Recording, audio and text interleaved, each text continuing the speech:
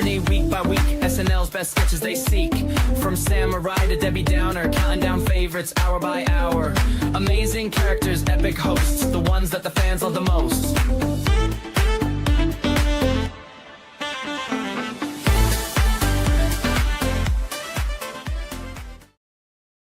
Yes, happy summer and welcome on in to the Saturday Night Network for the kickoff to our countdown of SNL's greatest sketches of all time, where we are here to talk about sketches 100 through 91, and we'll be with you for the next 15 weeks as we carry you to SNL season 52 by going through all of the greatest and best sketches in SNL history. My name is John Schneider from the SNN. So excited to be with you on this Sunday night to talk through everything that we have here in store for our kickoff show. And joining me once again is the great Bill Kenny. Bill, how are you? Good, John. And I said on our finale for the season, I hate to see the season end, but I love to see the summer start, because this is when you and I get to do our thing here. And this is going to be a really fun countdown. I can't wait to see what the fans have come up with. It's going to be a great time. We, of course, here is a presentation of latenighter.com, and we have a great series set up for you. So as mentioned, we're going to be talking about SNL's greatest sketches of all time. A few years ago, we did some character, some impression stuff, and those were sort of preludes to these big series that we started doing. But now this is going to be our fourth annual summer series that we have been doing here at the SNN. So last year, we did the greatest episodes of all time. Before that, we did the greatest hosts of all time. And then the first one that we did was the greatest cast members of all time. So it felt natural for us to dive into sketches this year. So we put out a poll the last week to our patrons, to our podcasters, to our social media audience, where we asked you to give us a minimum of 10, but a maximum of 100 sketches that you think should make the list. Everybody having their own criteria. And what we do is we add them all up. We weigh them.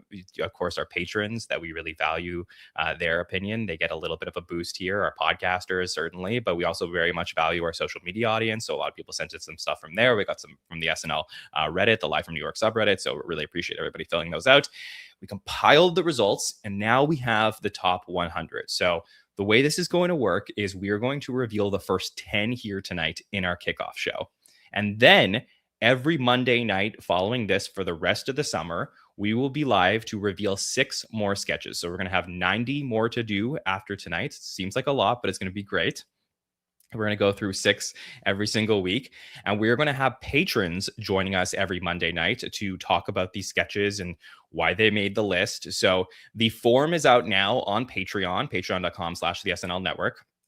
To see if you would like to join us this summer. All you have to do is register for a time slot and for a day, and then you can come on with Bill Kenny and I and talk about some of these sketches. You get an email, you get assigned some of them, and we will have a lot of our friends who I love getting to talk to once a month during the season come join us for a little bit longer here over the summer to talk about these sketches. So it's going to be a great time. I'm always thrilled to be with you, Bill. You are an absolute wealth of SNL knowledge, one of the, I'd say probably the most wise SNL voices in the streets. So I'm happy to have you here to talk through some of these sketches. How are you feeling overall about doing this sketch countdown? Well, thank you, John, for the compliment. And I'm always thrilled to be on with you, of course. This is such a thrill. Yeah, I mean, we're really getting down. I think next year we'll do like the best thing that happened from 1235 to 1240, and we'll just go from there, right? Just get it smaller and smaller. Yeah, we'll just keep smaller. This was interesting because I think this is more of a wide range of things, and not to be obvious there, but with episodes, you know, you can go to a Tom Hanks, you can go to an Alec Baldwin, you can point to somebody who you really love like Conan, where, you know, getting down to 100 sketches over 51 seasons, that was really hard. Like I looked at my list, I looked at that spreadsheet that you sent and went through it, and then went through it again. And then like our friend Thomas Senna, we were comparing Excel sheets. He had like 400 honorable mentions, which I just really, wow. Yeah. And so I was really impressed with the way I went through it. But then I'm seeing people on Reddit and things like that, and I'm like, oh shit, I forgot that sketch. Oh no, I didn't do that one too. So I think that's going to be a really interesting part of this as we go through it, and trying to be fair, not make it the best of Will Ferrell, the best of The Lonely Island, making sure that we get everything covered throughout this whole thing. Yeah, I think that's right. And I think there's good stuff from every era. But if a sketch or like a group of sketches comes from a specific era and it's deemed the best, then so be it. That's what we do here. It's, the brutal honesty of the vote. So we'll go through that. But yeah, I'm happy to hear that this was a tough decision. I heard from a lot of our patrons that they were struggling to go through their list as well. But these things are not supposed to be easy. I mean, we want these to be tough choices because when I looked at so I have a giant spreadsheet of all of the segments from SNL history, not just sketches. So any little individual moment, and that's about 13,000. So we did cut down some of the ones that were not eligible for the list. So just to be clear about things that won't make it here on the countdown, we eliminated anything from Weekend Update. Weekend Update is the longest recurring sketch in SNL history. I once had a debate with Seth Meyers about this, but technically it is the longest recurring sketch in SNL history. So we did not include anything from there because then you start to get into individual update correspondence and it becomes hard and a little bit apples and oranges to compare that to a full-blown sketch. So I figured let's take that out of the list here. Maybe it'll apply some of those criteria for a future countdown, but it didn't make sense to do that. We also took out monologues. Now, I know that there are some exceptions. There are some monologues that turn into sketches. Just to be fair across the board, we removed all of the monologues. So one of my favorite monologues of all time, of course, is the Tom Hanks Five Timers monologue. That's not available for this list. If there was a Five Timers Club sketch that took place in a cold open, like the Marty Short episode, or during the night, like the John Mulaney episode, those were eligible. But we also thought about how do we do recurring sketches and recurring characters, because we knew we'd get a lot of submissions that said, all right, well, give me so-and-so. I don't want to give anything away, but like, give me so-and-so. I love this character. I'd love to see them make the list. Well, that's not an individual sketch. So how do we do that? How do we manage all of that when we got an influx of thousands of votes where people say, oh, I love the cheerleaders, for example. So then what we decided to do is that we first counted the list and put any non-generic or non-chosen sketches to the side. And then we added any vote for a generic recurring sketch to the highest iteration of that sketch. So that was how the math got counted there. And then if any multiples of a recurring sketch made the top 100, we will only talk about them in the top slot there. So let's say I use the cheerleaders as an example. Let's say there were multiple cheerleader sketches that got on the countdown 48, 84, for example. Well, we would take the 84th one, cross it off. We'll talk about it with the 48 one in that slot, then allowing the 101st sketch to make the list. So just to be clear, if we talk about a sketch that's recurring tonight, that's the only one of that actually made the top 100, unless we tell you otherwise. So is that clear, Bill? It is. And I think that was the right way to go. I know there was a lot of inward debate about how to do that and how to be fair. And not only would that would get bogged down in certain sketches, but it would make for a pretty boring podcast if we're just sitting here talking about 10 Wayne's Worlds or 12 cheerleaders. So to keep it having as much variety on here as possible, while also honoring the highest one that's picked, I think that's the right way to go. Yeah, and I didn't want to be like, okay, this week we have this Wayne's World sketch, and then the next week we have the next Wayne's World sketch, because then we're revealing the same takes. I mean, we had it a little bit on the episode countdown where we had multiples of, and that you can control. We said, yes, we talked about the sketch a little bit last time, but here's our thoughts on this version of the sketch. So I went through in my head a lot of ways that we could do this, but I felt like this was the most fair way. And if a recurring sketch had multiple iterations that deserve to be in the top 100, then they would have gotten there. I know that we combined the, just generic votes into the top recurring one, but if it was really a push, it would have made the list. And I can tell you that there was only one that had 2 iterations that made the top 100 list. So we are going to be talking about the top 101 sketches. We just at a certain point compiled and moved them up. So I was happy with that. I thought that was really cool the way it ended up, because it gave us a great variety. Yeah, and that's really interesting to hear. I can't wait to hear what the one was that did that. I think you should point out, John, that as far as things like Lonely Island and PDD, all of them are eligible, correct? Yes, So for sure. yeah, so I guess because they're different sketches, I mean, it would be like taking away from a writer just because they're the same writer on 3 different sketches. That wouldn't be fair. So I think that's sure. the right way to go with that.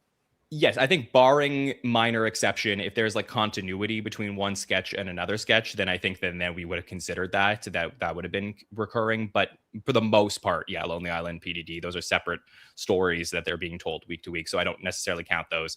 Even like Robert Smigel's TV Funhouse, if we had different versions, that's fine. But let's say we had multiple ex-presidents, we would have combined those together. If we had multiple Fun with Real Audio. So we just tried to make this as very much as clear as possible. So those are the criteria that we were looking at here. But then we had to consider what were our own criteria when making the votes. So, Bill, you put together your own list to consider what were your greatest sketches of all time. So give us your thought process as you start to put together your list. Again, it's very different from the episodes because you can go to something, you can, in your head, if you're a super fan of SNL, point to the 20 best hosts and kind of work your way back from there. With episodes, it was kind of the same, but there were exceptions to that rule. I think here there's a little bit more latitude for recency bias. So I think that's going to be one thing that comes up, because saying an episode is one of the greatest of all times that happened in season 50, 51 is a little bit harder to say, because you need a little bit of room to walk away from that. But with the sketch, there were moments this year, I think there'll be some that come up maybe with Ashley, with the Smukes over the last 3 or 4 years, where you can go, no, this is an instant classic. So to put that sports metaphor, let's do that right out the top here, John. You can say a game is an instant classic right after you watch it. For a season, for your team, you might need a little bit longer to look back and go, oh, that was one of the greatest seasons of all time. So I think we're going to see a little bit more from modern SNL. So that was one of the things I looked at. And I mean, but also memorability. So, SNL, there's a shorthand for sketches, right? Like you say Cowbell, you say Wayne's World, it's a 1 or 2 word thing that you're pointing to that you can say, yeah, okay, everybody knows what this is, right? Even if it goes all the way back to the 70s, I say, Beatles check, what I'm talking about. So yeah, I think that's one of the things, maybe that they don't all make the top 100, but that's something that I would look for as well. And one of the favorite things you like to say, John, can you tell the story of SNL without it? And I think that's one of those things that we're going to be talking about throughout this countdown. This is a mile marker in the history of SNL, that you have to tell the story and point to this cast member or this host that came in and really killed it. I'm completely with you on that. I do feel like that is a factor that differentiates between best and greatest. And we have this talk every time we kick off a countdown, but I feel like it's important because these words mean something to me. I'm not looking for SNL's best sketches. I'm looking for SNL's greatest sketches. So to me, the best sketch of all time is the one that if you go to any sketch school, the Groundlings, and you sit with people who've done this for years and you go through all the differences and all right, was this the right amount of people? Were the characters well chosen? Did it make sense? Was there like a proper flow throughout the sketch? Just like technical things about a sketch. That to me is, you would find the best sketch when you find that everything worked well from start to finish. You cannot pick it apart. And I think that's a factor of what we should be looking at. But it's not the only factor, because SNL is not a show that takes place in a theater. It's a show that takes place in front of millions and builds upon itself. So to me, greatness when you have a sketch is also the reaction to the sketch. It's the big moments that happen. It's where does this sketch take place in the timeline and how much did it influence the show? I think those are things that are important to talk about here. So when you say, okay, well, could we tell the story of SNL without it? That to me, if we were doing SNL's best sketches, I don't think we think about that. But I think in the greatest sketches, we start to think about legacy when it comes to a sketch. And that's where I think this countdown could get really interesting. Yeah, and a couple other things that I think are important to point out. You talk about the best, but I do think best comes into play here as far as the people who are in the sketches. So is it something we know we don't get those wonderful DVDs anymore, but is this something that would be on the best of Will Ferrell, the best of Tom Hanks, the best of Ashley Padilla? I think that's something that does factor in here. No, we're not going to favor cast members, obviously, but if they come up in the countdown, is it something that you're going to want to say, oh yeah, if this was a 90-minute DVD that came out to highlight this person, would this be on there? And I think most likely it would be. I agree. I also think that there's going to be an interesting discussion with you throughout these weeks of, is this a generic great sketch or is this a super fan great sketch? What infiltrated the list? Because I think there's going to be some on here, maybe some we talk about tonight, that I think if you go to generic reporter list on some trade website of SNL's greatest sketches, would never be there. But if you are such a big fan of the show, you would see that sketch. And I think that that is really cool for people. And I hope we're able to help you discover sketches this summer. So one of the other great perks of being a part of our Patreon is that after each episode airs, I will post on Patreon for the following week a link to a video that will play all of these sketches. So not all of the sketches on the countdown are available on YouTube. I have compiled and edited together a video that will play each sketch back to back, so you can watch them in order from that week. So it's an extra perk for our patrons. And then, so if you choose to watch our countdown that way, I always love being here live and getting the live fan reaction. But if you do prefer after the fact to watch the sketches first and then check out the podcast, that's not a problem at all. One of the things, Bill, that you and I have done the last few years is that we have done our own lists as we've gone through. So I know you submitted 100 sketches. I'm definitely going to be asking you if these sketches that were on the main list made it from your list, but we're also very used to ranking the sketches that made the countdown.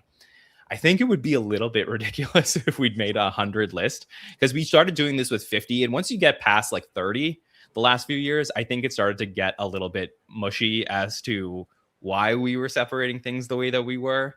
Yeah. So my thought on this, and tell me if you were cool with this or if you want to edit it, because I figured we should just talk this out live, is I think we should either do the top 20 or 25 and make it a rolling list where once we get past that number, sketches that we are revealing can then infiltrate our lists, but we're not constantly saying, okay, this is now gone from 84 to 81. You don't want a Mike Murray haiku like end of show where we're saying our 100 list every week. Yeah, I think you're right, John. And not to mention, by the time we got to like 30 or 40, it was almost impossible to read because there's just so much room. Yeah, we're like, screen. Can you make that bigger for me? I'm not wearing the right glasses. Like wearing 3 pairs of glasses to see what the bottom of the list says. But yeah, I think that makes sense. If I understand you correctly, like if we make our top 20 after next week, the following week we'll just the 21 through 30 will fall off, and we'll just mention the ones that made our top 20 out of the list that was submitted, not our own list. Yeah. So do you think 20 is the right number? Because we could do 25, we could do 20. What would you like to do? Probably. I mean, either one, whatever you think. Maybe 25, just to give it that kind of countdown number. Yeah. Okay. Cool. So we're going to be ranking these sketches that are being revealed then. We're going to do 10 this week, so it'll be 16 and then 22. So in 3 weeks from now, we will start pulling sketches off of our list. We'll just have everything being ranked up until that point, until we get past 25. So that'll be the magic number. Okay, anything else you want to say up front about the list and anything you're thinking about before we start revealing the chosen sketches to the audience? I think we covered it. I'm really excited to hear especially what the chat thinks. Our chat is always super hyped in the summer, and all our great people that come in and talk. So I'm excited to hear what they have to say. And the only other thing is, like, if your sketch doesn't make this list, you should have voted. Don't boo, vote.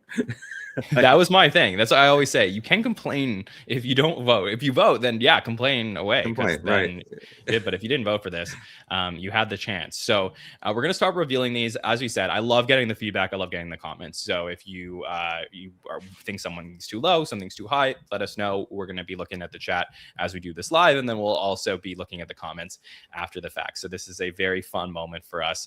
Bill, are you ready to do this? I am, John. One last thing. Do we want to talk about predictions, or do you want to save that towards the end? So I was thinking we do it at the end just because Yep. You do know the first 10, so I don't want to give anything away. That's my That's only fair. thing. That's fair. Yeah. Yep. Your predictions for the rest of the series will include the other 90 that you don't know. Yeah. For the record, I just want to put this out there. Every year, Bill only knows as we go week to week, but I do know the rest of the list. But of course, I'll keep everything, keep my cards close to my chest as we get through this. But yeah, so we'll reveal the 10, Bill, and that'll be our thing that we'll do last tonight. Is I'll ask you for some predictions that will track throughout the rest of the series.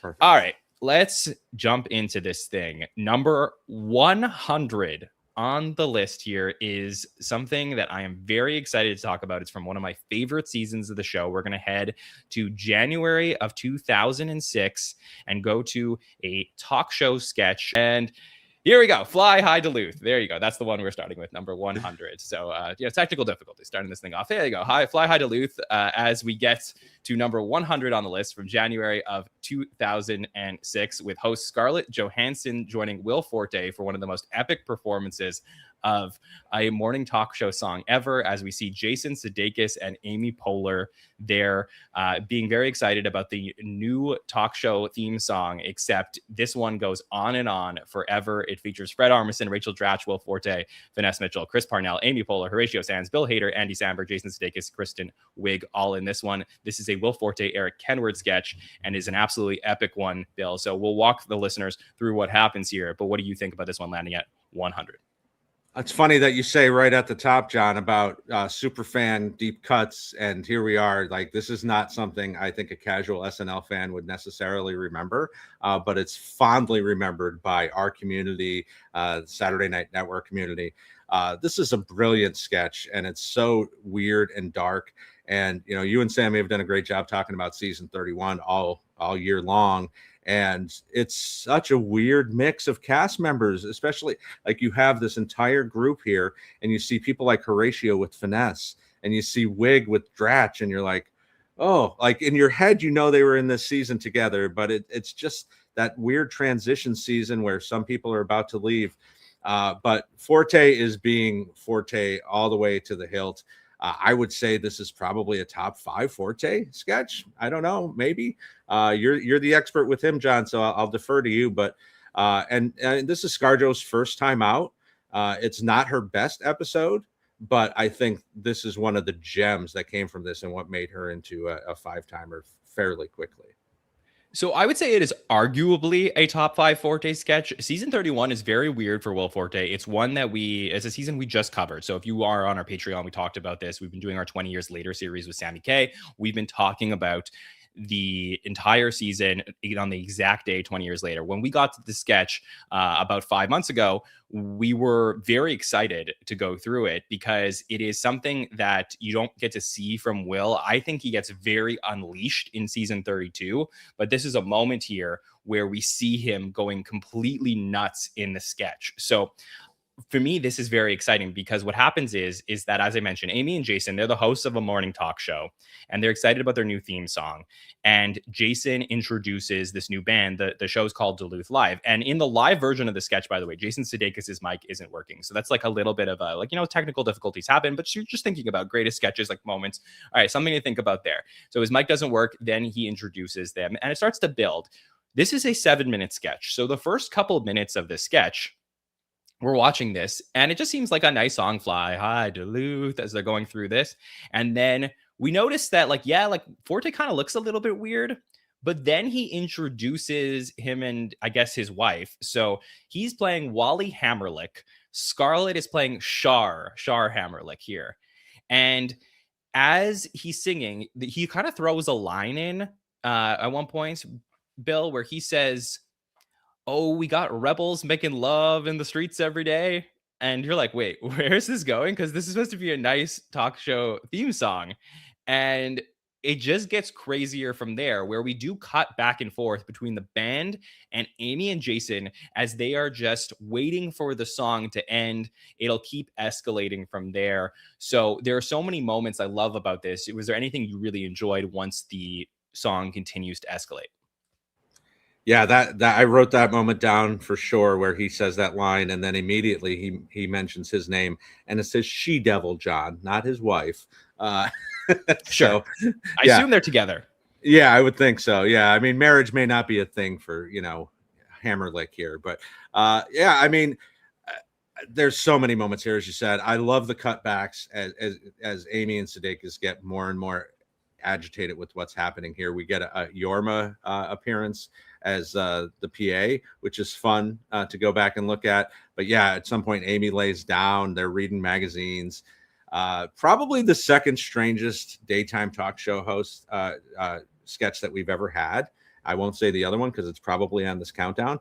But yeah, I mean, I love the turn here because you really don't know where this is going. You've got all those cuts to people like shoveling snow and ice skating, and like it feels like it's just going to be one of those warm moments, and then that turn where it just turns into this very dark metal song, and it just goes from there. I really did enjoy this. At one point, he takes out a bottle of Jack Daniels, and they have to hide the logo. Yes. So it's very funny. And he's there, and he's yelling like, "Oh, Thunderbird Spirit," as he's about to chug what I assume is not actually Jack Daniels. It's just the sort of like a brownish liquid. Right. Yeah, what were you gonna say, something? Yeah, probably not, but even very impressive to see someone drink an entire liter of something without taking a breath. Absolutely. And he's just drinking it. And that moment, by the way, gets Amy and Jason to break. So if you're someone who likes breaking in sketches, this isn't a crazy break that ruins the sketch. This is a small little crack up there. And then he's going to yell, "Mama, don't you point that gun at me." And it just gets ridiculous because the whole thing is that this is just supposed to be so calm and nice. And we open up.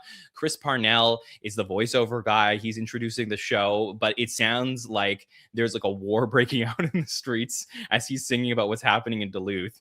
We also get solos here from Andy Samberg, who is just coming off Lazy Sunday, by the way. So he's looking for a big moment. And I always looked at that moment as, hey, we know he's going to be a big thing now. Like, let's give him a solo moment. So he's there. He does a guitar solo.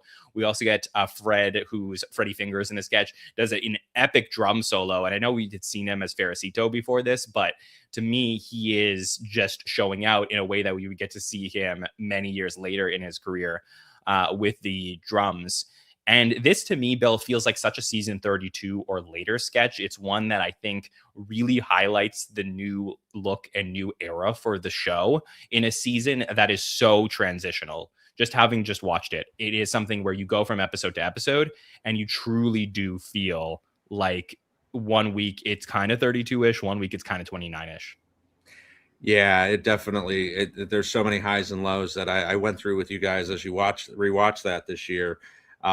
Yeah, I mean, you can see all those seedlings and all these great people that are in it. I'm always fascinated with sketches like this, having people who are doing nothing other than pretending to play an instrument. I mean, you've got all timers like Kristen Wiig, Bill Hader. You said Andy Samberg, but he comes out and does the guitar. But that's all they're doing. There's no lines. So they're just there as, almost glorified extras, and they're all-time classic cast members. So I'm always fascinated with a sketch like that. But yeah, I mean, Fred playing the drums was definitely a highlight. Poor Finesse, like just him and Horatio off to the side here doing virtually nothing. It's a sad testament to what's happening to them at this point in their careers. But yeah, overall, just great to see so many people on stage and how many of them went on to great things. I will give you a sketch that I feel like this laid the DNA for, and tell me how you feel about this take. I think that this was the precursor to What Up With That. Ooh, I like that. I hadn't even thought of that, but I that's very interesting. Yeah. Because again, it's in its conception, it's something about wasting people's time, but in such a fun, exciting way. Yeah. And I think that there's a lot of things you could look at there. Now, Kenward didn't write what up with that. I think that was Tucker with Keenan and maybe Rob Klein. But Kenward is not somebody that you would have associated with Forte necessarily, because eventually John Solomon will join the cast as, Forte's friend, and they're going to be writing a lot of sketches together.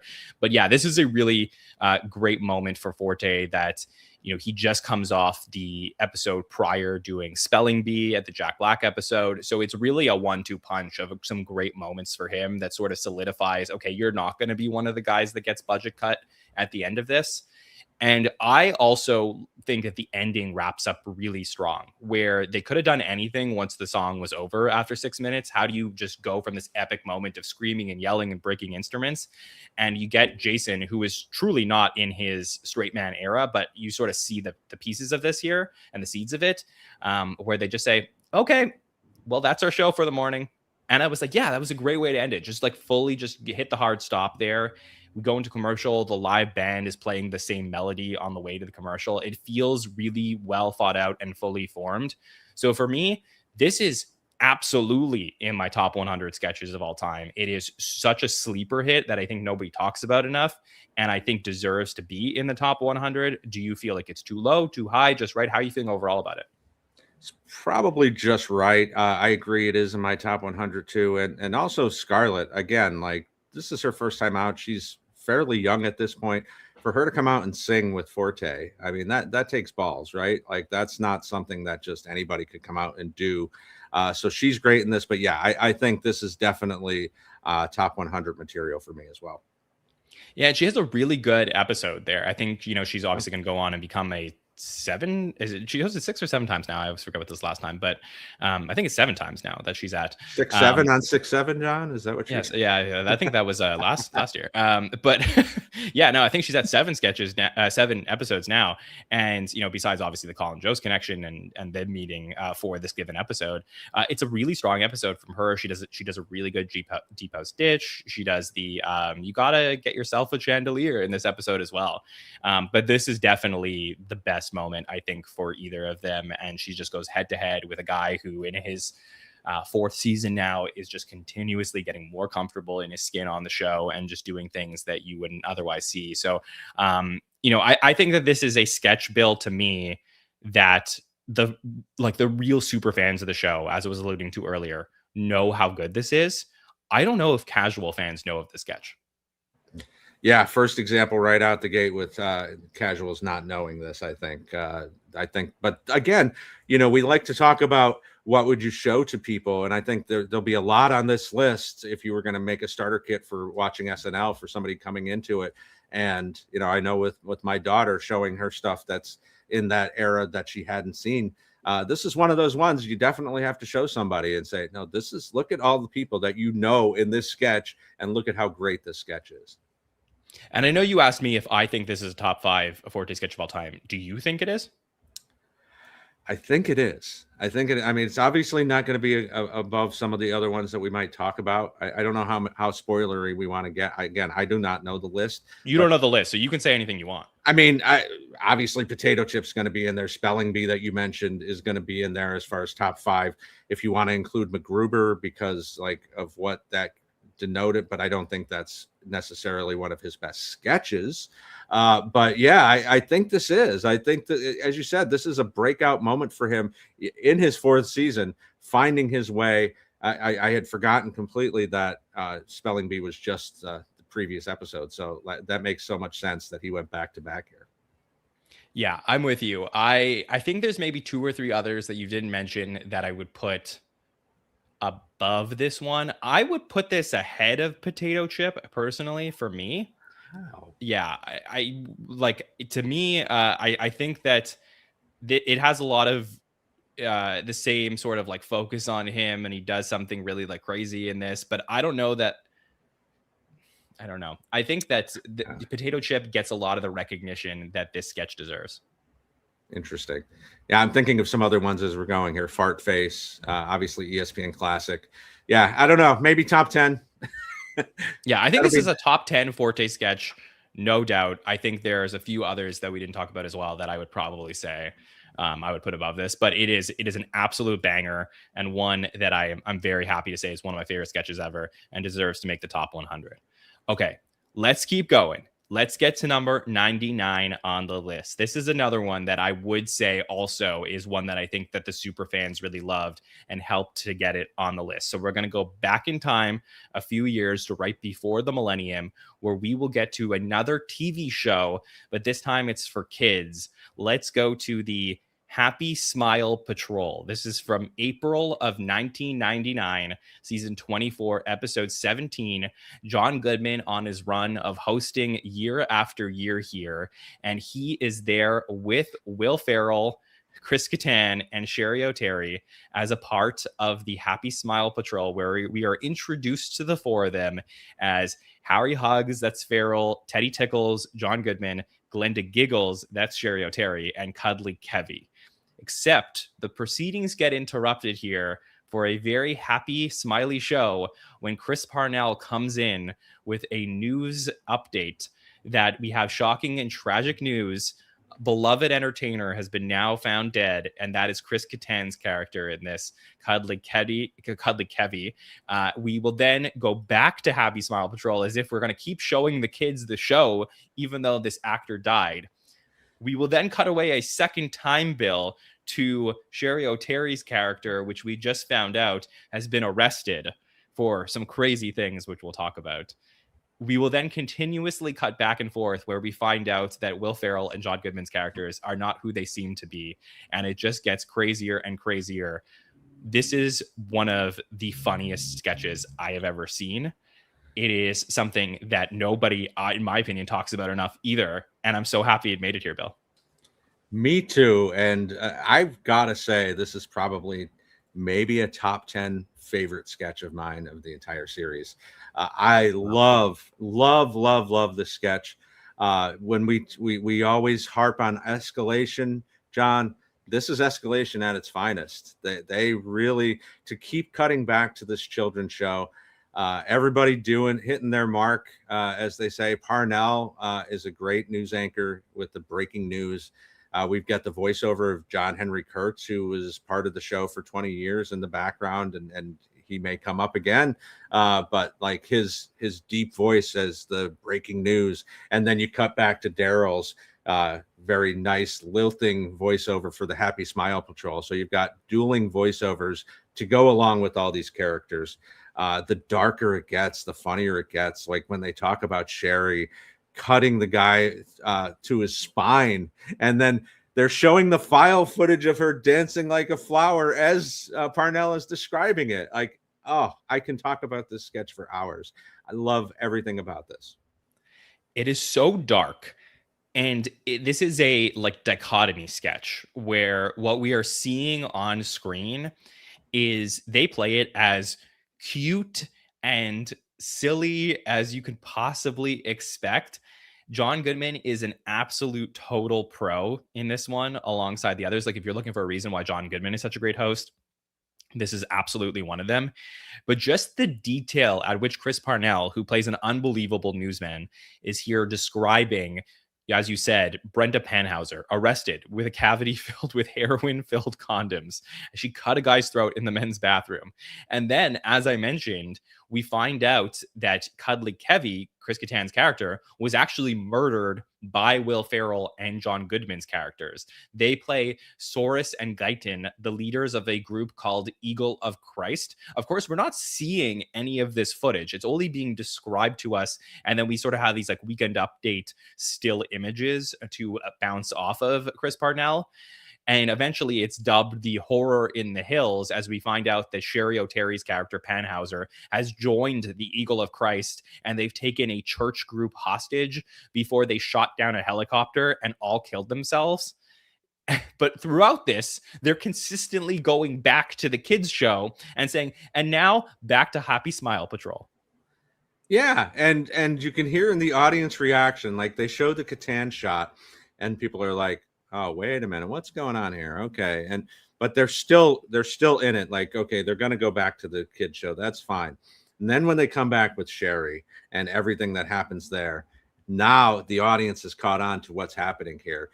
And as you said, like she's in the bathroom performing sexual acts.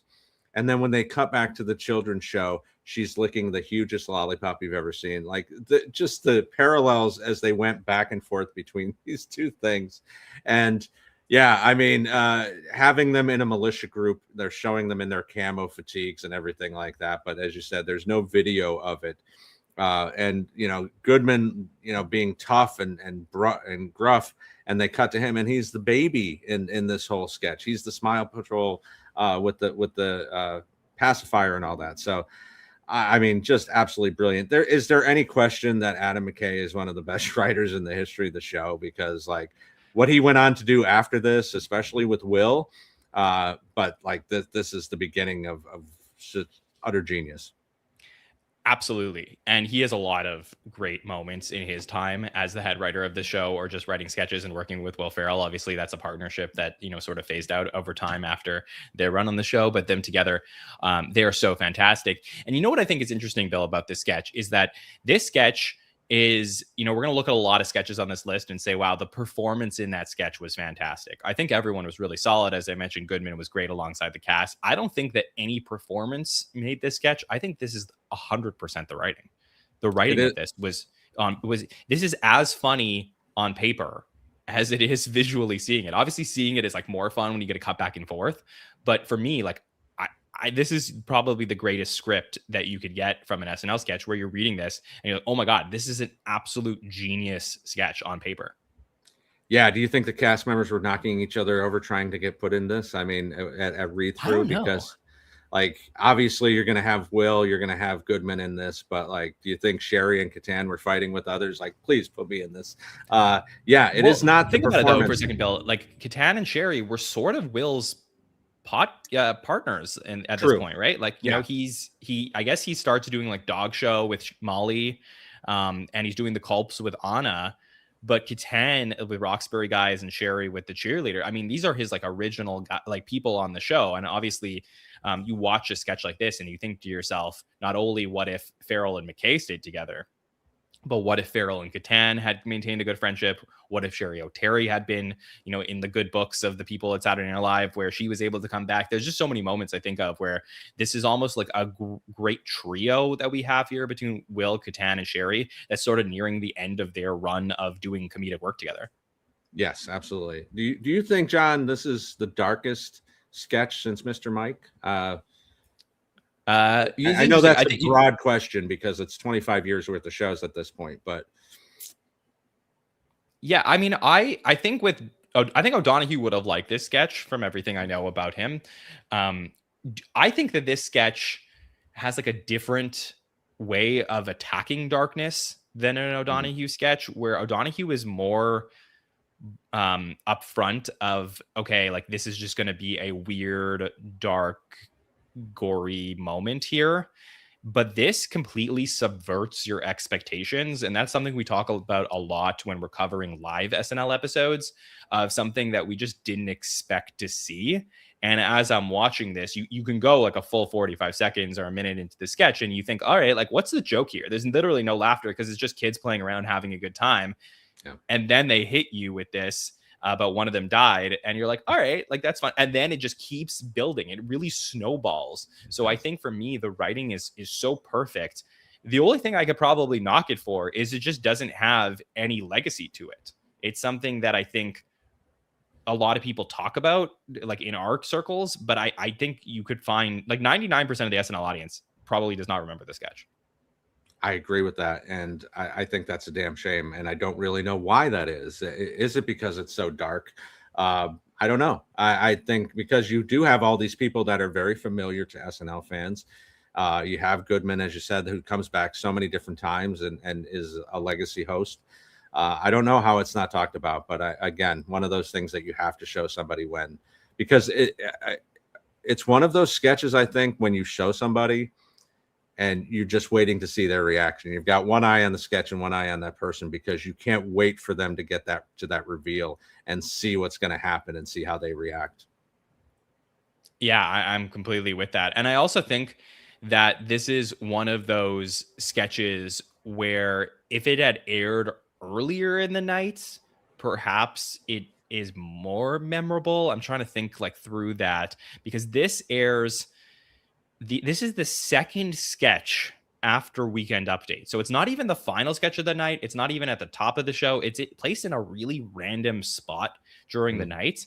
And I wonder if someone in production didn't like it, or it just didn't like click with anybody, because I never see any writers talking about it. I've never seen it in any specials.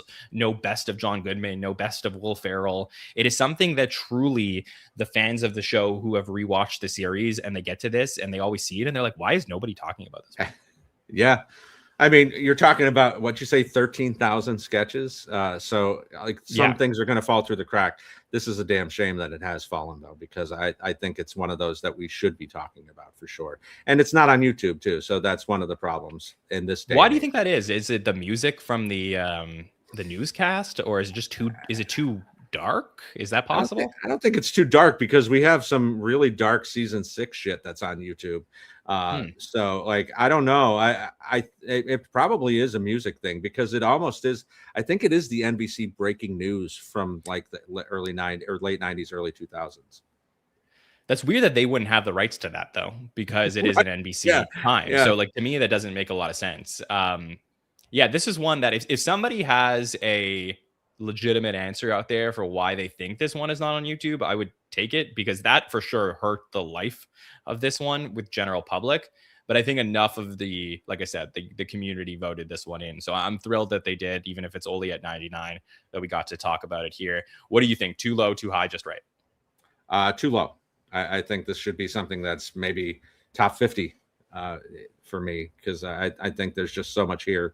And as we said, like, brilliant writing, brilliant performances. So it should be much higher than this. Yeah, I completely with you on that. I would even argue that there's like an outside shot at top 30 for this one for me. I think it is one of certainly one of my favorites, which we're not counting in here as far as like favorite. I'm just trying to like analyze it objectively. Yeah. But to me, it is as good. You could throw the sketch up with any sketch in the history of the show, and you could start to like debate the merits of it with that one. So for me, I'd be hard pressed to say that as we're going through this list, this one is not going to last on my greatest for a long time as we're going through this week to week. So thrilled this one got here. And I love the way they ended it, this one as well, which is, the entire time through this entire sketch, they're always going back to Happy Smile Patrol, where Purnell says, and now back to Happy Smile Patrol. And then at the end of this one, he goes, he's like, all right, we're going to go back there. And then we do get the Daryl Hammond VO of Happy Smile Patrol will not be seen tomorrow. So we do finally get the results of all of the chaos that this is actually the final episode of Happy Smile Patrol, which I did love. So perfect full circle moment for this one. All right. Let's keep going. Let's go to number 98 on the list. We're going to head again back in time for this one and go to the debut of a very notable character in SNL history, as we are going to the St. Monica Talent Auditions in 1995 to meet Mary Catherine Gallagher for the first time in the Gabriel Byrne episode from October of 1995, season 21, episode 4. That's number 98 on the list. As we see auditioning for a talent show, we open up with Will Ferrell singing. We get this moment. It's very early on in the career of Will Ferrell, 4 episodes in. Molly Shannon had joined the season before, halfway through, and we get to meet one of the biggest recurring characters in SNL history here, Bill, with Mary Catherine Gallagher, who does debut here and makes it to 98 on the list. What are your thoughts on the St. Monica Talent Auditions? I'm very fond of Mary Catherine Gallagher. I think one of the things that we should kind of keep track of, John, as we go is for recurring characters, how many times do they make this list and it's the first edition? Because is the first usually the best? In this case, I think it probably is. I was looking through the list today on archives, and I would put the Gwyneth Paltrow one up here as well, the Black Angels. But this is probably the best one that we get. Another great thing that's going to be about this countdown is it's not host dependent. So we're going to get deep cuts like Gabriel Byrne, who does a serviceable job in this episode, but is not somebody that's, really linked to SNL outside of this. I love this character. It does get a little samey. We're in that era where things are just done to death. So I don't know. Does that lose any aura? I don't know. But at this point, if you're just looking at it from this particular sketch, It's one of those incredible moments. I can remember watching this live with my friends.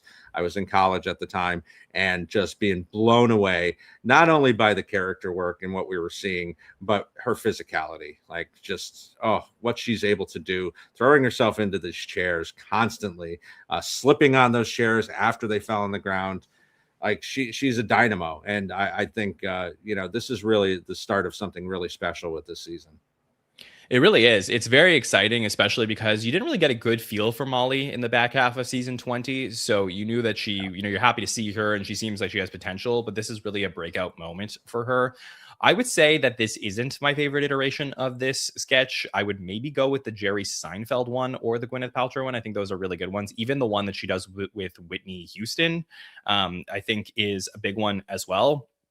But they do this character a lot over the next few years. So it does make sense that a lot of these start to blend together. I think between this and the time that Molly leaves the show, we're going to see the character 18 times. So that's a lot. But you sort of want to put yourself in the place of what is it like to see this character for the first time. And she is very much fully formed here, where, again, we're going to have her come up. We do get her introduced to audition here. Gabriel Byrne introduces Mary Catherine Gallagher, who she's, very excited to, to be there. And right away when she walks in, she's going to crash into some chairs.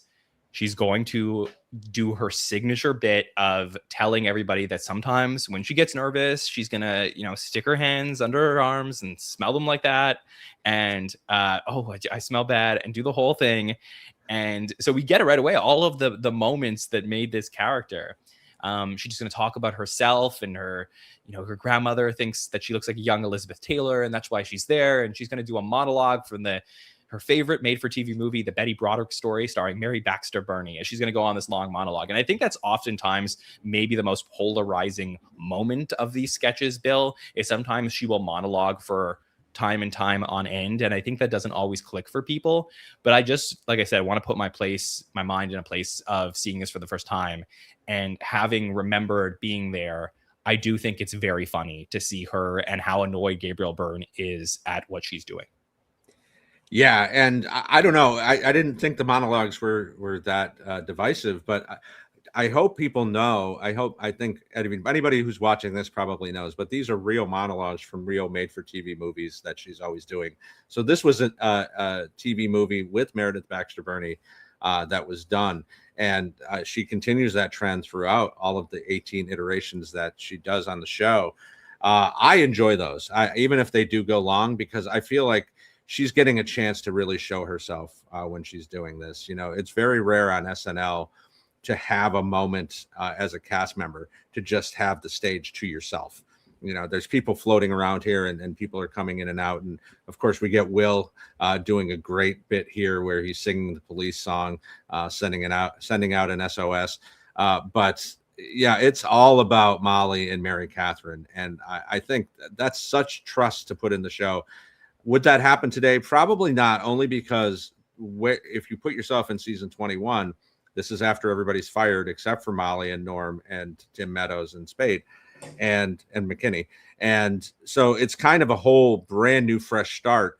So you're going to take bigger swings. You're going to take bigger chances. And she comes in with this character, as you said, that's fully formed. There's nothing missing here that we're not going to get in the 12th or 16th or 18th iteration.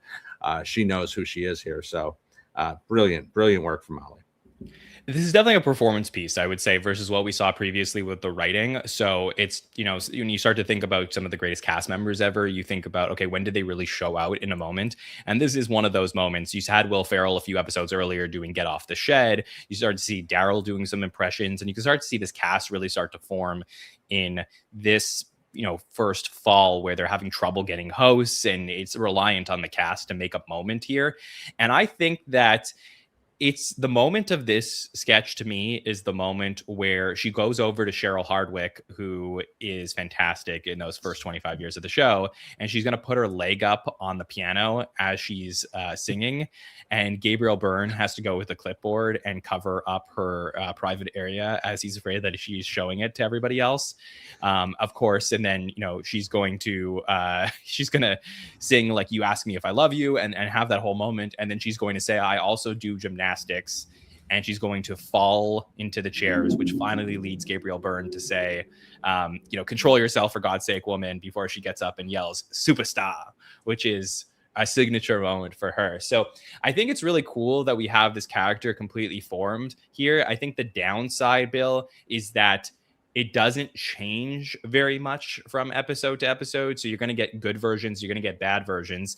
And how much did having seen this character so many times as we're entering the recurring character era here in the early 20s of the show hurt this sketch as its first iteration? I don't think. Are you asking like in real time at the moment? No, I'm saying in retrospect. I'm saying now that we acknowledge that this is the one that made the list, do we think it got hurt potentially by having so many other versions of this sketch? Whereas had this been the debut of Mary Catherine Gallagher and it aired 5 times, 6 times, maybe we would be like, oh my God, we love that first version. Almost like Matt Foley-esque, where you think about how that first version was so impactful. Then he did it 5 or 6 more times, but not 18 times.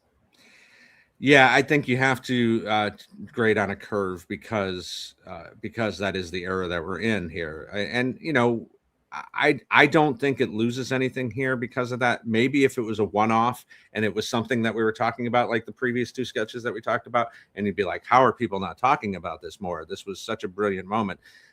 Maybe something's lost because of that.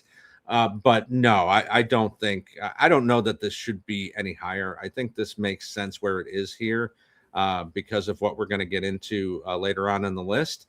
But yeah, I mean, in real time, John, it wasn't something that you thought about. Now with being able to watch things back to back to back, I think sitting there on every Saturday night in college, you wanted to see a Roxbury guy or a Mary Catherine Gallagher. You didn't care that it had been on 12 or 13 times.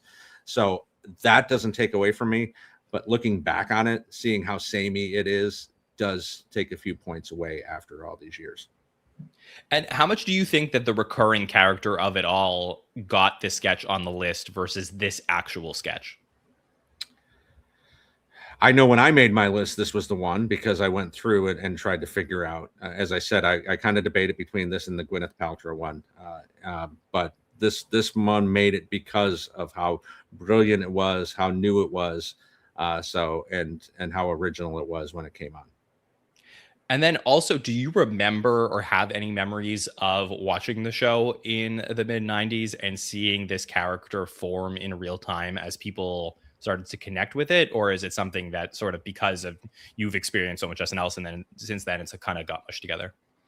No, I mean, the mid-90s really is the moments I remember the most because of these recurring characters, because my buddy and I would do Roxbury guys, girlfriends of mine would do Superstar. And so that was something that if you saw somebody walking around campus or you were having a party, somebody breaking out and doing Superstar was not unthought of. That was something that was pretty common. So I don't think that changes it for me. Okay, very fair. So you said you think this is a good spot on the list. Am I right?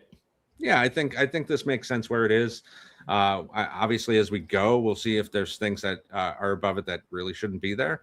But this makes sense where it is for me. That's fair. I think that this got here more on the back of Mary Catherine Gallagher than the sketch itself. It is truly a performance piece from her. It is one of the great performance pieces in the history of the show, obviously, because the character ended up having such a big legacy. If this was the one and only time that we saw this, I do wonder if it makes the list. I think I'd still fight for it as a sleeper hit of Molly Shannon's.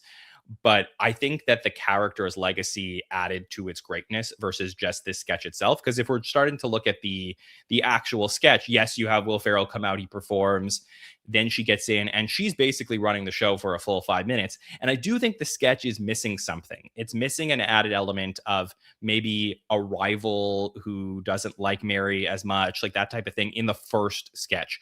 And we've seen so many other versions that they basically would end up checking off all of those boxes. But just as this first sketch, it is a character setup of who this is and really a moment for her to shine, which I do love. But I don't think it has the same impact for me as the 2 sketches we just talked about, because I think those are really well formed from start to finish with so many other layers to them. 100% agree. Yeah.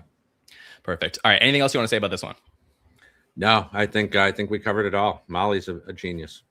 Absolute genius. Yeah, for sure. That's not to take anything away from her because she is fantastic. And I'm happy we got to talk about her on this list. Obviously, if you're seeing this one on the list, then we know that we did not get any of the other Mary Catherine Gallagher's in the final 97 sketches here. So this is the one that did make it. All right, let's keep going. Let's go to number 97 on the list here, where we will go to one of the longest sketches in SNL history. And I'm so curious, Bill, if that helped the sketch, hurt the sketch, or maybe was the reason it landed here, where we're going to go back to the original era of the show, the 4th season, and talk about the Pepsi Syndrome here at number 97. This is a Franken and Davis and Jim Downey and Don Novello sketch where they wrote a very long piece here, about 14 minutes, about the, of course, there was the 3 Mile Island, but this is the 2 Mile Island nuclear reactor, where we're going to see Bill Murray walk in this first scene and deliver some food and drinks to his other co-workers, Brian McConaughey and Brian Doyle Murray, and he's going to spill a little bit of Coke onto the control board there with a big sign in the back. It says no soft drinks in the control room. We do learn right away that if someone spills a Pepsi, the nuclear reactor could melt down. And then we get scenes of days that go by as we get to experience basically an entire show happening here in one sketch, where we're going to go to our host, Richard Benjamin, who is hosting the press there to talk about the accident. They're asking questions. Franken and Davis will appear as the 2 Mile players to sort of distract everybody. We will then head back to the control room in our 3rd scene, where we will see Dan Aykroyd as President Carter coming in with Rosalind Carter there. And he, as his real life background as a nuclear engineer, would like to know what's going on and get involved. So he decides to go into the core to check it out himself when he gets exposed. And eventually we're going to see this great bit with Garrett Morris that I'll ask you about. Day 4, we get there to another day, and we find out that ultimately President Carter has become the amazing, colossal president. We are then going to go to the press, who will be asking a lot of questions before we see this giant President Carter who has been exposed to nuclear activity. So a lot to cover here. Hopefully I summarized it the best I could, but 14 minutes of a sketch here, Bill, to talk about that made it here at 97. You definitely covered it well. 14 minutes is just wild to think about. I know my exposure to this, besides seeing reruns of SNL, was this was on one of those VHS tapes of the best of SNL back in the mid 90s. So it was something that I was able to watch a lot. I love how topical this is. So you put yourself into mindset of when this is happening. So China Syndrome, which is the movie this is based off of, had come out about a month before this with Jane Fonda, based on a nuclear accident. 3 Mile Island happened 10 days before this. So like they're really on top of this. This was not something that they threw in a cold open and is only 2 minutes long. Like they really put their all into this. There's a lot of comedy here, as you mentioned, with Bill Murray. His back and forth with his brother. Well, what if it's an RC cola? Well, no, any kind of cola. Well, 7-Up. No, that's an uncola. So, but yeah, keeping the trend of President Carter with Danny being a genius at everything, going back to the Ask President Carter sketch where he knew everything about everything, him going into the nuclear reactor. We get so many writers that we've come to know and love. We get Marvin Goldhar, which is the Belushi substitute. Like he made the countdown, John. Marvin Goldhar, wherever you are, congratulations.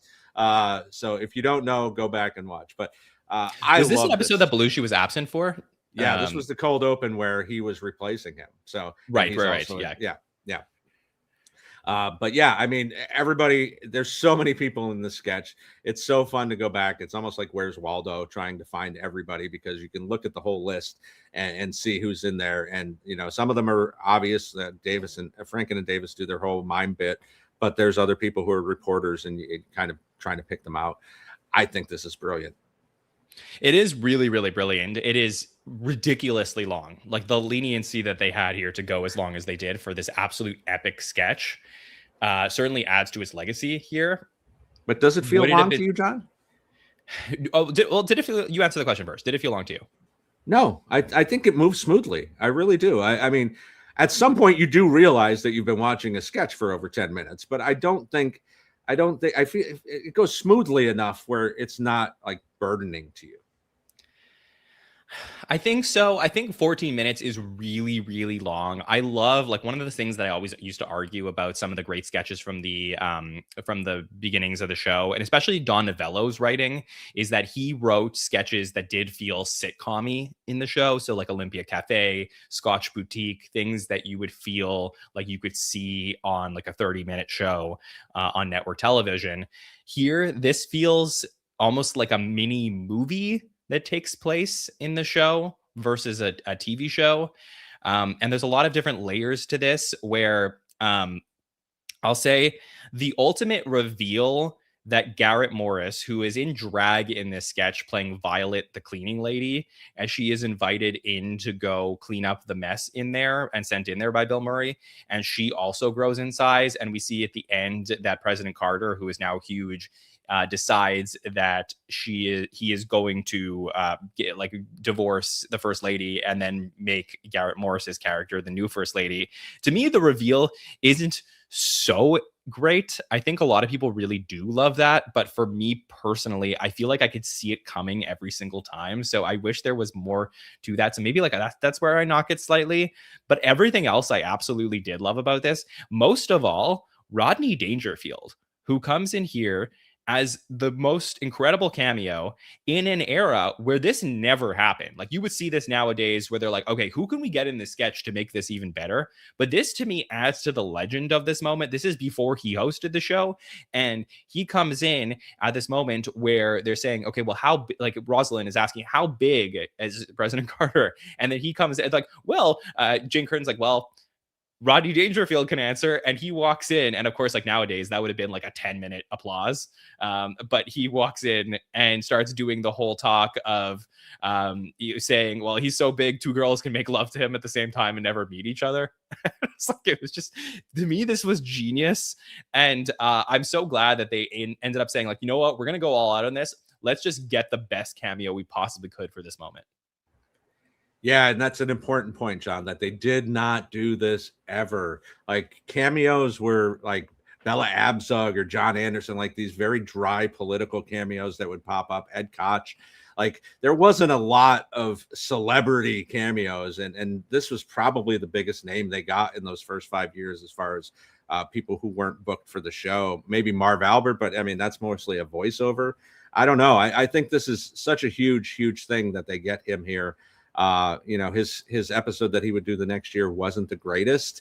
So having him here, having that legacy as being part of the show is really key. And we also get Baba Wawa. Let's not forget about her. So they find a way to squeeze in another recurring character in this epic sketch. Yeah, it's so crazy. Like, I love that everyone's so into it, and it almost feels like they just put their absolute effort in. And I also think that this probably elevated the legacy of Richard Benjamin more than anything else. Where Yes. he, I think a lot of people do love this episode and love him. He ends up coming back the following season with his wife, Paula Prentice.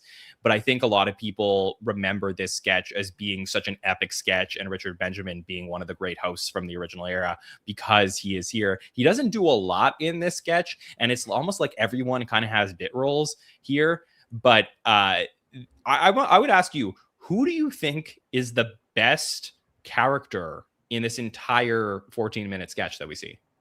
Oh boy. I'm probably, I don't know. I'm going to go back to the beginning. I think Bill Murray does a great job here. I think that's one of those he does all this extrapolation and kind of explaining what's happening here in just a short period of time and making a great joke out of it as well.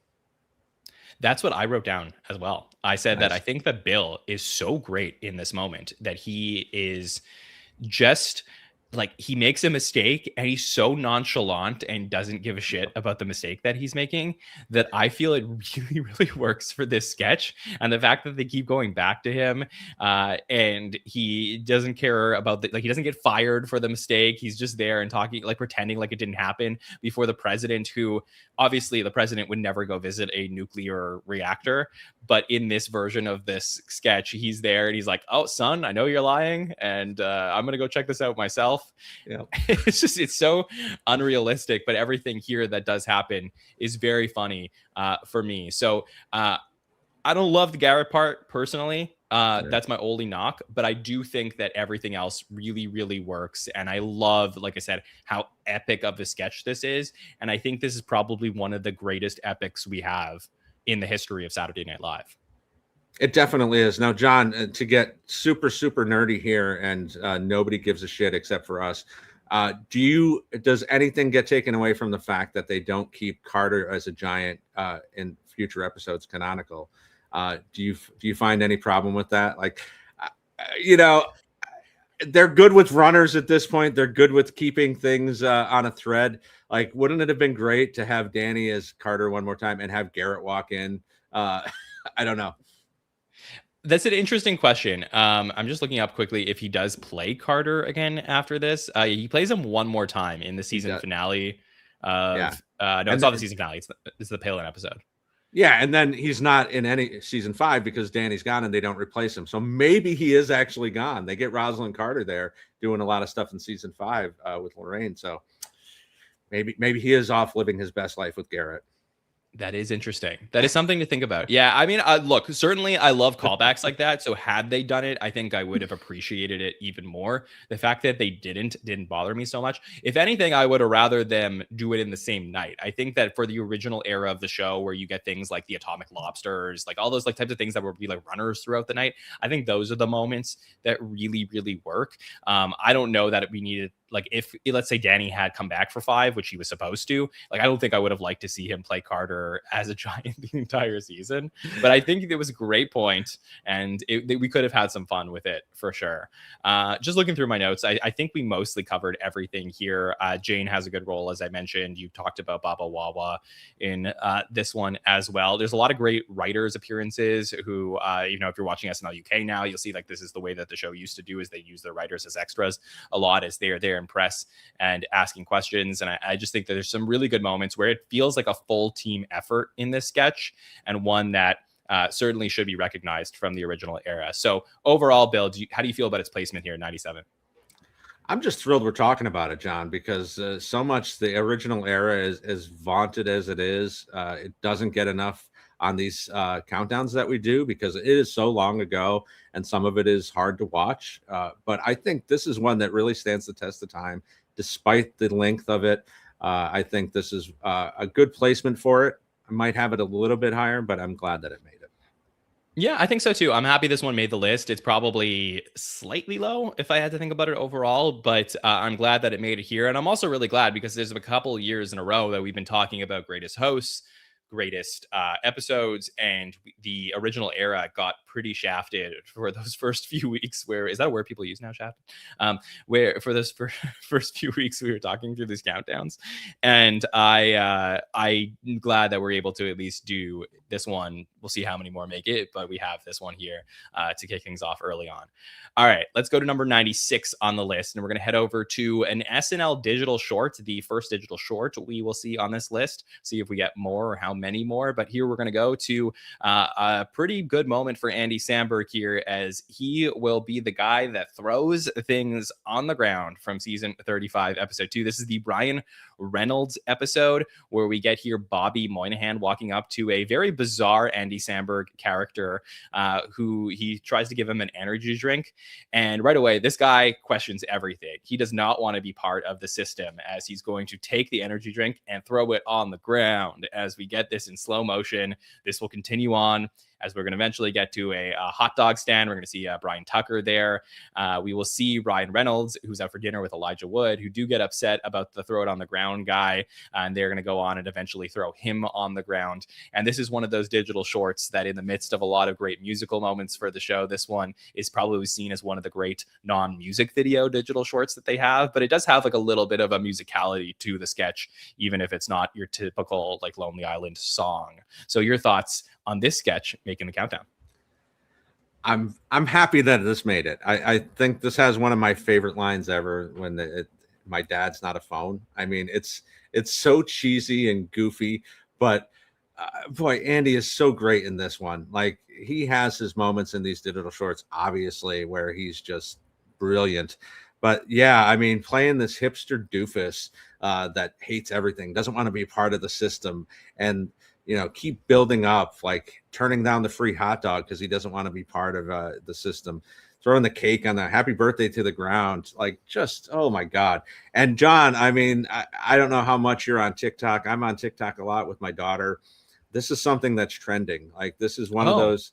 So yeah, I find that funny that this is the Lonely Island that has made its way into the next generation's zeitgeist. So yeah, there's a lot of people doing Threw It on the Ground on TikTok these days. So okay, I didn't know that. And that is good information because if anyone's listened to me podcast in my career, they know how much I love the Lonely Island, how much I support everything they did, and how much they influenced my podcasting. I cannot understand why this sketch made the top 100 sketches of all time.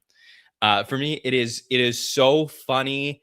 It is something we used to do because this is my last year of high school when this came out. That literally the next Monday we were throwing stuff on the ground and saying everyone in the high school was doing it. So this is something that was so easily able to emulate. But we're talking about the greatest of all time. I think there's maybe 15 digital shorts I can think of that I would put above this sketch.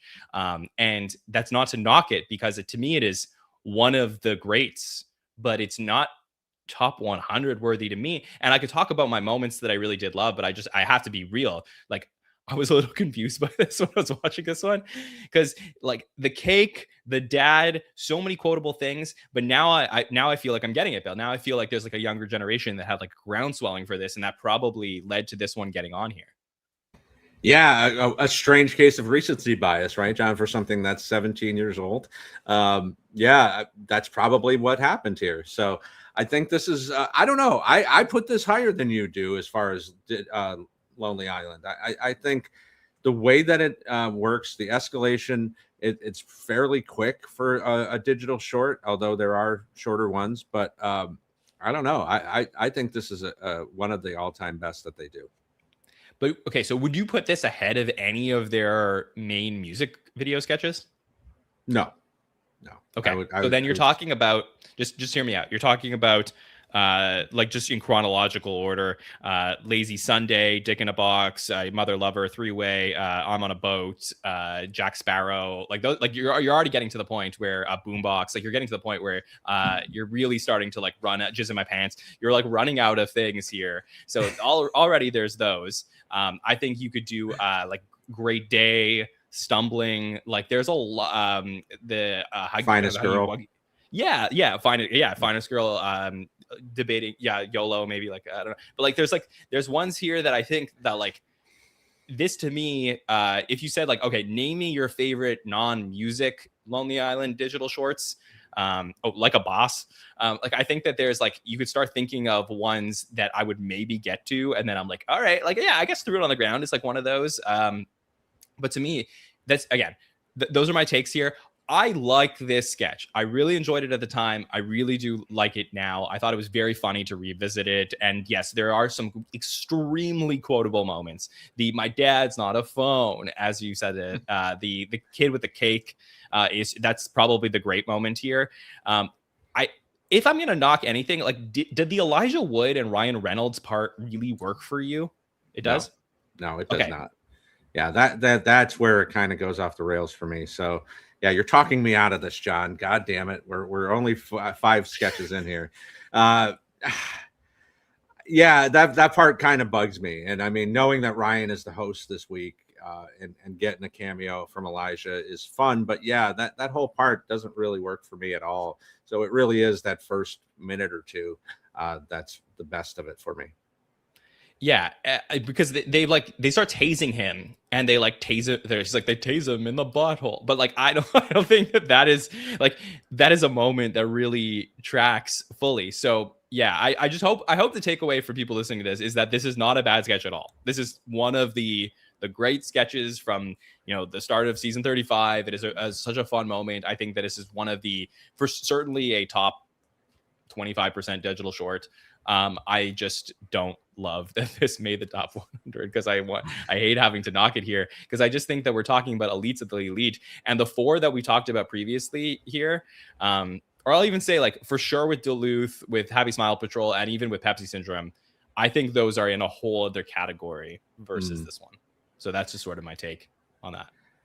Yeah, I think with digital shorts, and someone mentioned it in the chat, there are digital shorts are eligible, so there'll be other digital shorts if they got voted in. John, we have to make sure that people know that. But correct, yes, yeah. So I is it one of those cases where, you know, with as we said with Mary Catherine Gallagher, it was hard to pick a certain one, but you could narrow it down to 2 or 3. With Lonely Island, there's 109 Lonely Island. Go back and listen to our superfan takeover of digital shorts, and I mean, we struggled with making our list.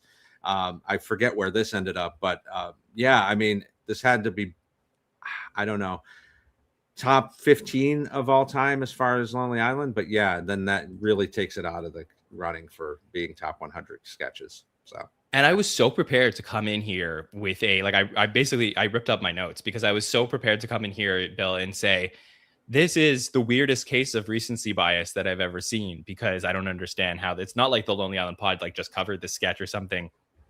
But if you're telling me that this is probably a groundswell from TikTok, that does explain things a little bit for me as to how this one got here. Not that it's, you know, it may be a favorite of yours at home and you may be saying like, John, you idiot, this is a great sketch. I think it is. I think it is a great sketch. I just don't think it's one of the greatest of all time. So for me, yeah, I struggled with this one slightly. Anything you want to say about this, Andy's character, any other things you enjoyed?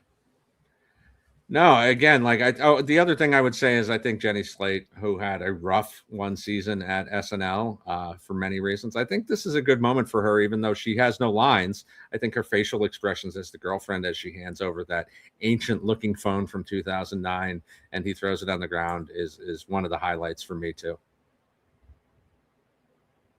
Completely with you on that. I think that's like a very great moments that we do have there, especially one episode after she had that really bad moment where she swore on camera and everyone was like, ooh, okay, I think that might be it.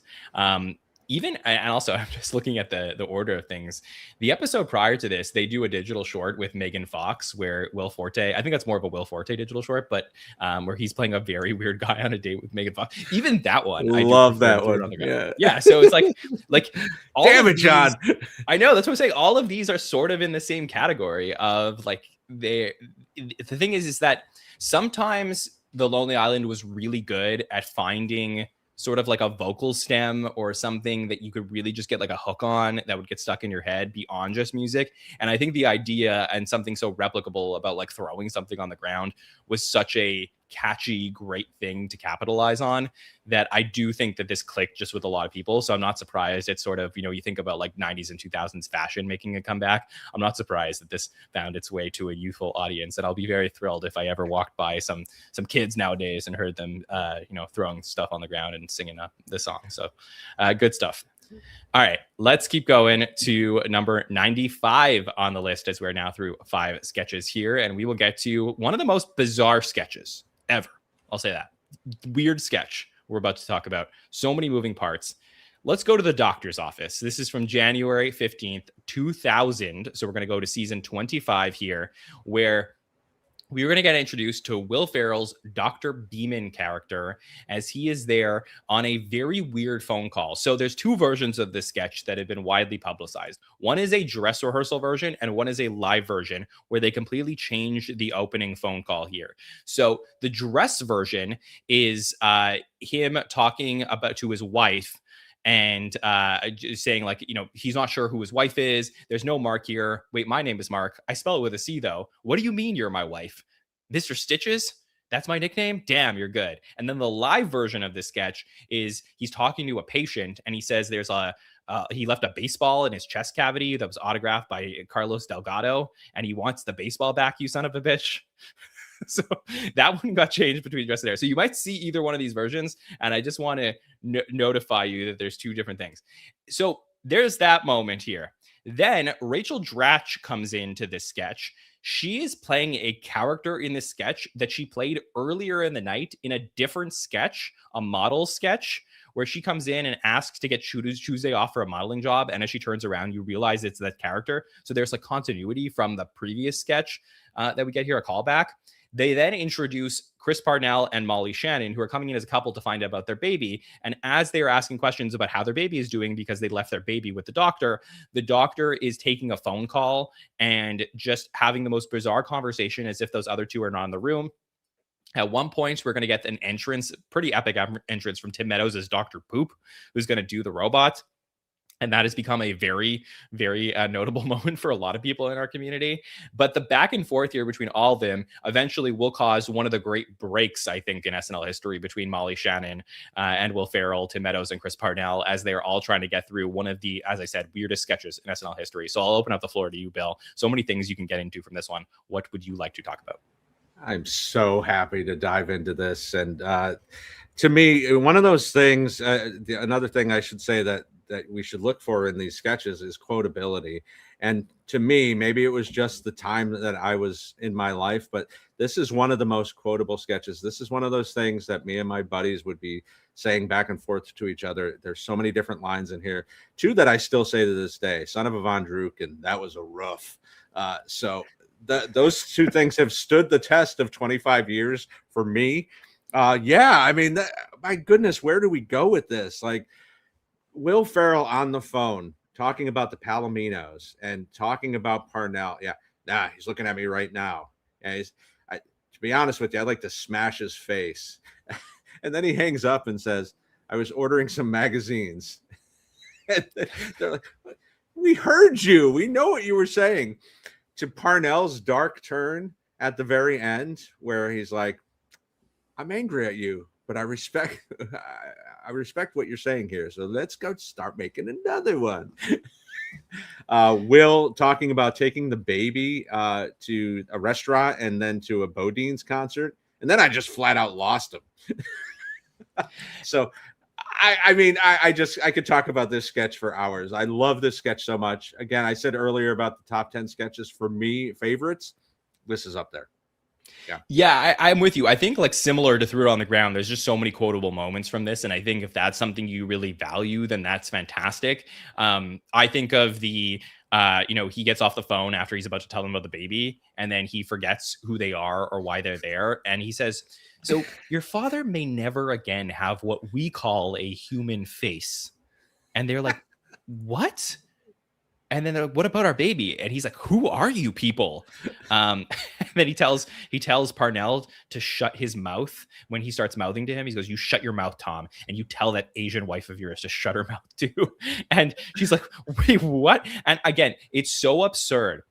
And the moments here are so hilarious. I think that if you're looking for, and this is a funny comment from me to say, because I think that I often argue against this viewpoint of judging sketches, which is if you're looking for the generic funniest sketch ever, I think that the approval rating on this sketch is as high as any sketch in SNL history. There's just so many weird jokes and moments. There's a lot of lore to the sketch because of the absurdity. I think that there is a little bit of a false rumor. I'm not sure exactly what happened, where Freddie Prinze Jr., who's hosting this episode, was supposedly in this sketch at one point. It's not in the dress version, but maybe it was in rehearsal, where Tim Meadows replaces him. And a lot of people say that Molly Shannon laughed because Tim Meadows was in the sketch. I'm not sure that that is factual, because I think that he did it both at dress and air, but I have to look at both of those again to really like map out exactly what happened there. But I just think that the lore of the sketch, Bill, has gotten greater over time as one of the great absurdist moments in SNL history. Yeah, I'd be curious to know that too, because is that a butthead in Heidi's situation where she turned around and saw Timmy, and I don't know. That's interesting. I've heard that obviously as well, and I do wonder what happened if Freddie was in dress rehearsal. What could have changed? Like, taking out the host out of something is a strange choice, especially that close to air when you're trying to pamper the host and make sure they feel as comfortable as possible. But yeah, if it was just on the paper and not in dress rehearsal, then that makes more sense. But yeah, I mean, again, we've covered a lot of the different lines here, but I mean, it's just brilliant. Like, and Will is such a tour de force when he's doing something like this. Can you point to something like with this Ashley Padilla? I think, I mean, Kathy comes to mind, where there's not a whole lot on the paper, as far as what's happening, but they're able to really make it about themselves, but also make it about the other people that are in the sketch. So I think this is one of those moments for Will that really stands out. It was definitely on one of his 3 DVDs. Interesting, because I do believe they bring this back the following year with Renee Zellweger hosting. I thought when we saw the Ashley sketch, the penis removal sketch in the finale of 51, that was Dr. Beeman at first. I was very convinced that was. We were talking about that. Yeah. The Hot Take Show. Yeah. Yes. I don't think they did that because McKay is not around to write with Farrell and wouldn't write the character with Farrell. So they had to sort of change it. But I thought that's what it was. Okay, I'm going to give you the con here. I don't know that this is a great sketch on paper. It is so absurd and so ridiculous, and the lines are fantastic. And Will, this may be one of the best reasons why Will is the greatest cast member of all time. Like, if you're going to argue for him, you can say that he takes something that's such a mess and he makes it transmittable to the audience so that they can enjoy it. Because somebody else driving the car here, not able to carry it. It is Will's absolute ridiculous charisma that is able to get us through this sketch. But on paper, they almost could have gone and said anything in the sketch because it is such a mess that you could throw in lines here to anybody and not have it break format. So I do feel like I gotta dock it a little points once I'm starting to look through the hairs of this countdown, being like, I know people really love it. It's really absurd, but is it on its merit a great sketch? And I think it is if I'm squinting. I couldn't disagree with you more, John. Like, this is one of the greatest of all time. No doubt. This is so low to me. I can't believe that we're talking about it in the first week here, because I feel like this is one that we could be talking about in the final weeks of this countdown. Wow. And they do not play these sketches on paper, John. They play them in the little tube on your TV. So I'm not taking anything away from it on that. No, I mean, this is what it's all about. Yeah, if you're talking about could somebody else do this? Probably not. But isn't that the joy of it? I think that, like, what we get from Will here is something that couldn't be done by most other people. Maybe 3 or 4 other cast members in the history of the show. Maybe that's being generous, saying that anybody else could do this, because he is just great. And talk about breaking, like, you know, we can debate all we want about the different variations of breaking. He covers it well, right? Like, he's not one of those ones. And then we really see Parnsey, who becomes known as the Iceman as the years go on. He never breaks, and he keeps it together, even though Molly's losing it. Will's starting to lose it. He's covering his mouth with the phone. Yeah, I can't say enough about this. And as you said, with the continuity, I love that too, because that was such a strange sketch earlier in the night where Rachel and Sherry O'Terry were playing ugly models who were the before pictures in a before and after shoot. And now she needs Tuesday off to go do a modeling shoot. Like, you wouldn't know that from watching this on YouTube or watching the Best of Will DVD. Like, I love that they got that in here. And as you said, Adam McKay again here showing up this early in the countdown shows what he was able to do. So I think I am falling into your line of thinking. I think I lean that this is definitely deserving of making the countdown here. And I would have this as a, for sure, top 100 moment, because I think absurdity is important for the show. I always argue that some of my favorite moments are the 10-to-1 sketches. And I don't believe this aired in that spot, but I think that this certainly qualifies. So I like it when the show gets really, really silly. Like I said, I just think that part of it's a little bit of a mess. And I maybe think, like, if there was some tightening, I maybe enjoy it more, but then also maybe it loses its magic. So I just want to, I want to be open to the fact that this is kind of a unicorn sketch in a way, where it does feel like there's not a lot of other sketches that have this level of just wild swings that they take here that don't feel formulaic and don't feel just loose in a way that this one does. And if it, like I said, if it wasn't for Will that is able to take me through it, who's one of the greatest of all time, I don't know that I buy into it as much. Do you think that something's taken away for you by knowing that there's different versions of it, knowing that there's a different line at the top? Like, is that something that kind of takes something away from you? Not really. I think that's fine because it doesn't really change much about the sketch. It's like a brief moment at this top. I think if I had to nitpick, I think that people find the Tim Meadows moment funnier than I do, which is sort of like a subjective thing. Like do you still watch this and you see Tim come in and do the robot and like it really gets you still? No, that is the weak spot for me, because that's Okay. not, yeah, that is the weak spot if you're going to point to something. Now that's just become why Molly started laughing, whether it's she didn't know or not. That's what really kind of set her off. Yeah, that part probably doesn't work for me as well as it did the first 20 or 40 times that I watched it. And is this sketch a greater? Sorry, I would say let's do the better sketch first. Is this sketch a better sketch if Tim's not in it? If it's just continuously Will with Molly and Parnell? No, I don't want to go that far, because I think it breaks up what all the absurd stuff that Will is doing by handing the ball off to somebody else for just a minute. So I don't think that part of it takes away, but there is something to lose from watching something 100 or 200 or 1,000 times, where you're not going to get that same laugh that you would have the first few times. Yeah. Yeah, I get that. I think that this is a better sketch without Tim Meadows. I think it's probably a greater sketch with Tim Meadows. If we're going to go back to the differences that I described there, I think, and again, if I'm going to be fair and argue for greatness, I think this one certainly has a legacy to it that is allowing it to get here on the countdown. And I could see why this is one of the favorites.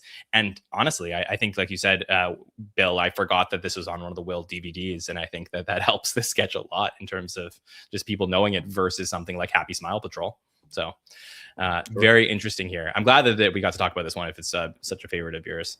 Let me go to one of my favorite moments across the franchise. I think that this is one of the great moments that we do have here. This sort of like still image that we're about to put on screen, to me, is something that I will never forget as long as I'm watching Saturday Night Live. And it is something that is a really interesting, different style of sketch that we haven't talked about yet. So up at number 94, we're going to go to a season finale, one of the last sketches, or maybe the last sketch of a season.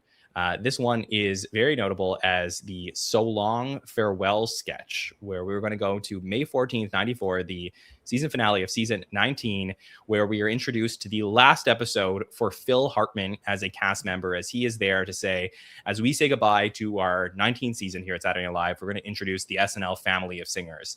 And we get to see all of the cast as different recurring characters singing between So Long Farewell. So we're going to get Spade and Sandler as the Gap Girls. We sell you jeans even if they're too tight. We're going to get Kevin Nealon along with Melanie Hutzel as Tori Spelling and Tim Meadows as Ike Turner. We're going to get Jay Moore, Sarah Silverman, and Norm Macdonald as they have not been on a lot, so they're always going to try better to score. We're going to get Mike Myers as his Linda Richmond character, who feels very verklempt at that moment. We're going to get Ellen Cleghorn as Zoraida, Rob and Julia as both the making copies guy, and Pat, who say that they skipped this year and that's why it was bad, as there started to be talk about SNL on a very big downturn, which will materialize in season 20.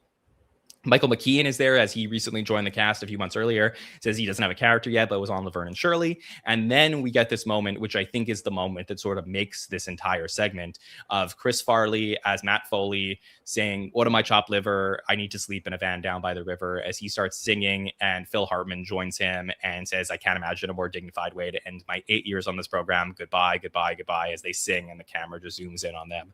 And it is, to me, one of the most powerful moments in the history of the show, Bill, and one of my favorites. Yeah, there's two lanes here that really make it memorable and greatest, because of this is the first time truly that we get a goodbye to a cast member. There's been mention of people leaving before. Dennis leaves a year or two before this, and he gets the cold open, the cold open. But this is really the first time that we're saying goodbye to a cast member during an episode. This was not something that was done. I know these days we really want to see it happen. We got the epic thing this year with Bowen mid-season. We've gotten Cecily and Kate and Kristen Wiig and all of these great people who now get goodbyes. But when this happened, he was the longest running cast member, along with Kevin Nealon, in the history of the show. So 8 seasons was just unheard of at this point, and he was already considered one of the best. So you have that aspect of it, and now you have the tragic deaths of both of these incredible performers just a couple years later for both of them within 6 or 7 months of each other. So the poignancy on top of the goodbye is just one of those things that just sticks with you forever. So yeah, I absolutely agree this belongs on this list. Yeah, and it is a sketch to me. I think that there is some argument about, do you see this as a full sketch? To me, this is introduced as a sketch. We get to see all these characters performing in the sketch. It is a different format or different style of sketch, but it is something that exists even if it is on home base the way it is. And it's like everyone knows I have my feelings on Phil Hartman. I personally think he's the GOAT. I think that he's somebody that is the heart and soul of this show. Obviously, a lot of people will come after him. Your Will Ferrell's and your Tina Fey's that sort of, like take over that MC role without Phil kind of being there to fill it. But, when this airs in this moment, Bill, before we get to obviously the tragedy of the moment, but when this airs back in 94, what's your reaction to it? Oh my goodness, I'm heartbroken. I mean, 19 was a slog in real time watching. It was not a great season. You've got all this transition going on. You're going more towards the bad boys. There's really poorly written sketches. You've got people that just don't fit in, like Jay Moore and Sarah Silverman, who will go on to great careers in other ways. So it's kind of a mishmash. And Phil's still strong on the show, but he's going back to my first season. So for me watching this, Kevin Nealon has faded into the background at this point, other than doing update. Like, this is it for me. Like, there's nobody left. And it's just one of those sad moments for me in that respect, seeing this happen. So yeah. Yeah, for me, I remember with watching She's a Rainbow and seeing Kristen leave the show, and she was just such a favorite of mine. And then going through the emotional moment of being like one of the greatest goodbyes, and then the year after knowing that Fred and Bill and then Jason were going to leave the show. And it's just devastating. You feel like you're losing all your friends, and I'm sure a lot of people in this era went through that with Kate and Adie and then Cecily, and obviously Bowen now for some people. And so every era should kind of have their moment where you get to say goodbye to some of the all-time greats. But this was so fantastic to get to watch. And if you go back and you watch season 12 all the way through the end of 19, you just see how Phil becomes, like I said, the heart and soul of this show.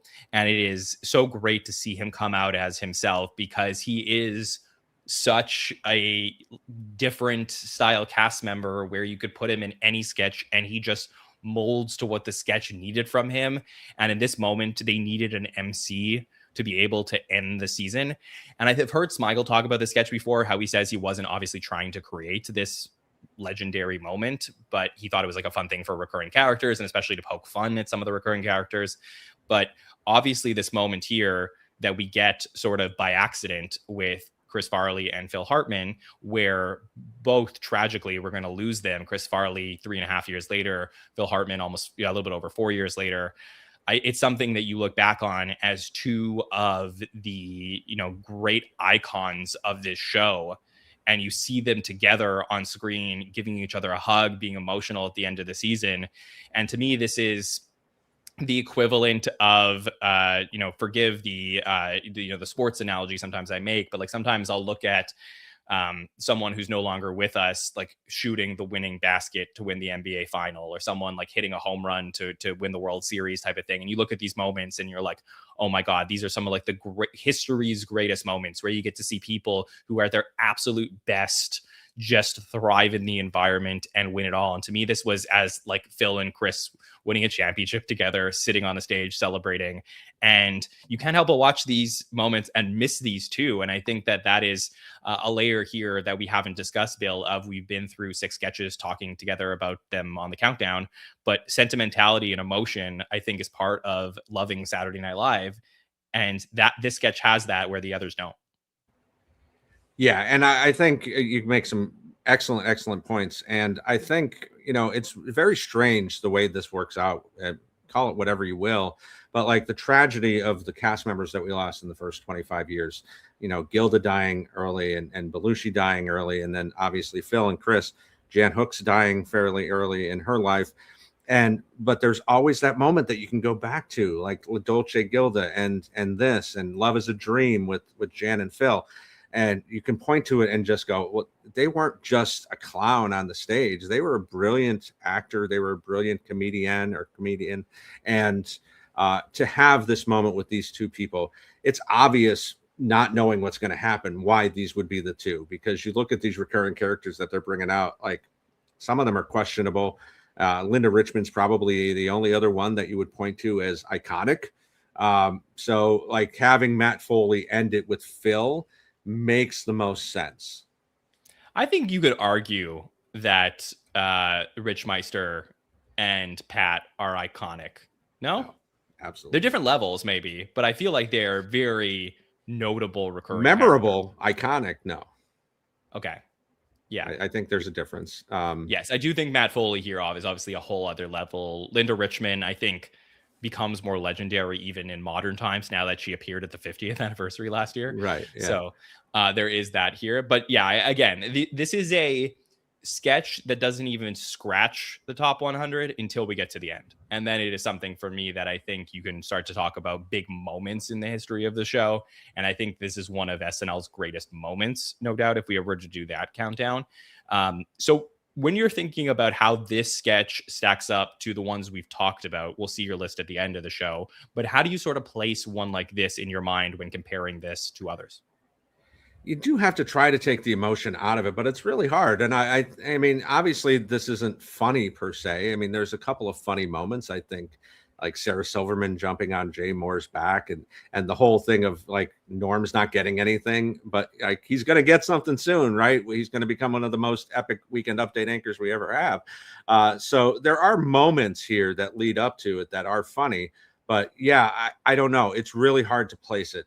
And it is comparing apples and potatoes, right? Because it's not going to be funny like some of the other things that we've already discussed tonight, but it is important to the show, and it is one of the greatest moments in the show, and it is considered a sketch. So I have it pretty high on my list. And, you know, we can thank Smigel for a lot. Smigel is a brilliant writer, what he did on the show.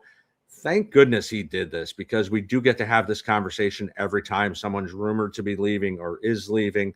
Do they get a proper goodbye? And he started that trend here a little over 30 years ago. So happy for that as well. And you also got to think about the difference between this and the fire sketch at the season 11 finale, where, you know, that's another goodbye sketch to the season, but it's very different. Yeah, murdering people is not well, yeah. But yes, I do think that this is a big moment here. And I think for me, when I was trying to put together my list and I was thinking about how to stack up this moment, you know, there's going to be other goodbye sketches to the season that I do feel maybe are like somewhere around the same range, if not a little bit more impactful, just personally. But I do think that this moment is incredible. I think I would probably put this above sketches that I have any question mark about. So if I have even the slightest question mark of do they deserve to be in the top 100, I think they go below So Long Farewell for now. I think if I feel that the sketch is just so complete and definitely deserves a spot, I probably put them above So Long Farewell for now. That's the easiest way that I could parse through when ranking my list. So that's what you'll see when I do reveal my top 10 from the evening.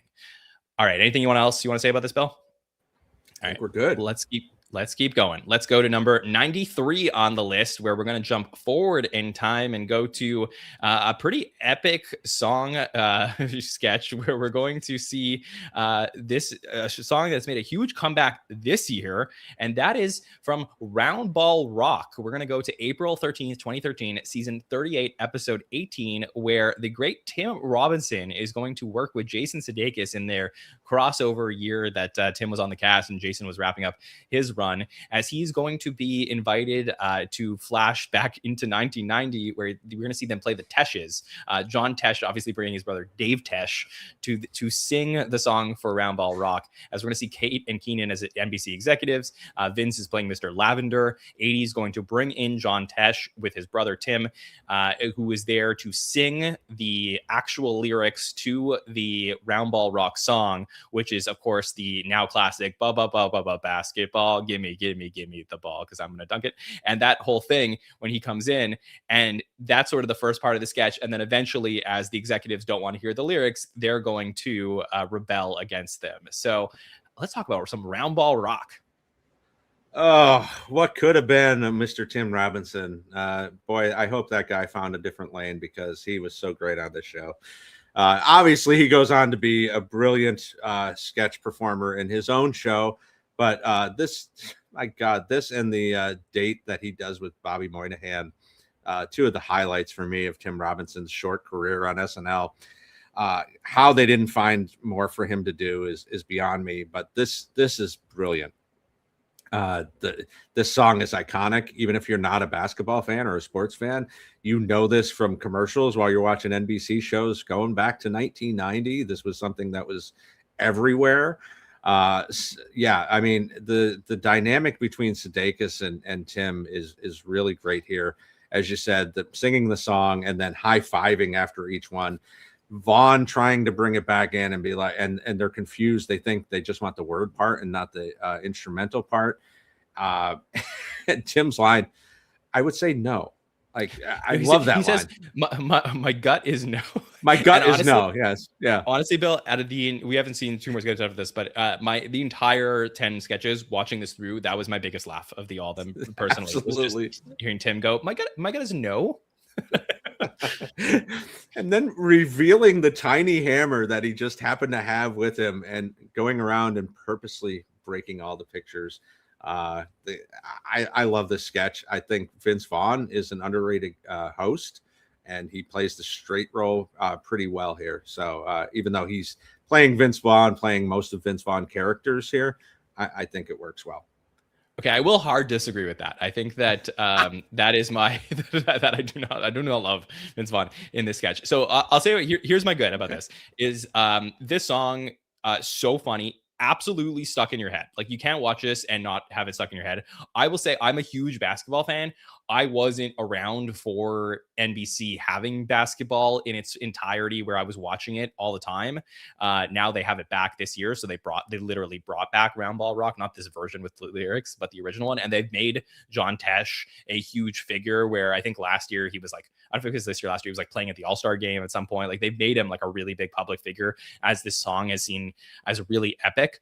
I think the back and forth between Tim Meadows and Jason Sudeikis, where they have so much energy and they're constantly being challenged on including lyrics in the song, as they are told, hey, well, you know, it kind of, the lyrics are a little bit repetitive. And they're like, well, basketball is a little repetitive, which I thought was just such a good comeback line there. And they're like, well, you know, how they say, if we don't have the lyrics, how are you going to know what the song is about? And they say, well, we'll be playing it over clips of basketball. And then they respond with, well, what about blind people? They'll be like, what the heck is the song about? So the Tim Meadows and Jason Sudeikis are unbelievable in this sketch.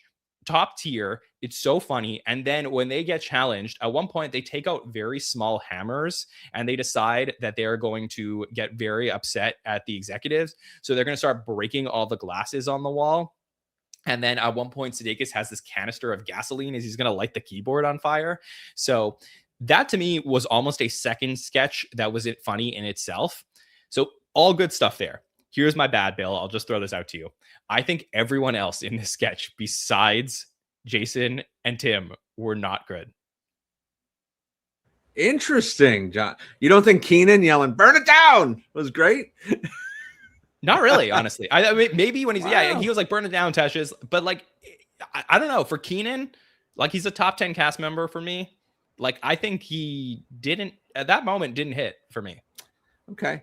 I'm a big Vince Vaughn fan as far as like his movies from the 90s and the early 2000s. So I'm a little biased with him. I was always thrilled when he came to host. I think he does a good job here. The whole Entertainment Tonight part, I mean, I remember when this happened. I don't know that anybody knew in the early 90s that John Tesh was the one who made the song. Like, it wasn't easy to look shit up, you know, but he was the host of Entertainment Tonight. So Vaughn referencing that was funny to me. And yeah, the blind people part was freaking hilarious. But yeah, Kate and 80 don't have a whole lot to do here. They're pretty new. But it's kind of strange to see them in like third kind of tier roles. But yeah, I don't know. I disagree with Vince Vaughn and Keenan. I think they both did well here. Okay, look, a difference of opinion. I do challenge our listeners to rewatch this sketch and tell me if they're more with Bill or more with me on this one, because I just felt like the energy and level of absurdity that we were getting from one side was incredible. Like I said, just elite tier sketch comedy. I do feel like Vince is not is he's a little bit low energy. His delivery is not so great. I think it's his second time hosting a show. If I recall, Bill, I think his first episode was great. I think his second episode was not good. If I think most people didn't love it. Yeah, most of this episode was not great, but I do enjoy him. Yeah, his first episode was great.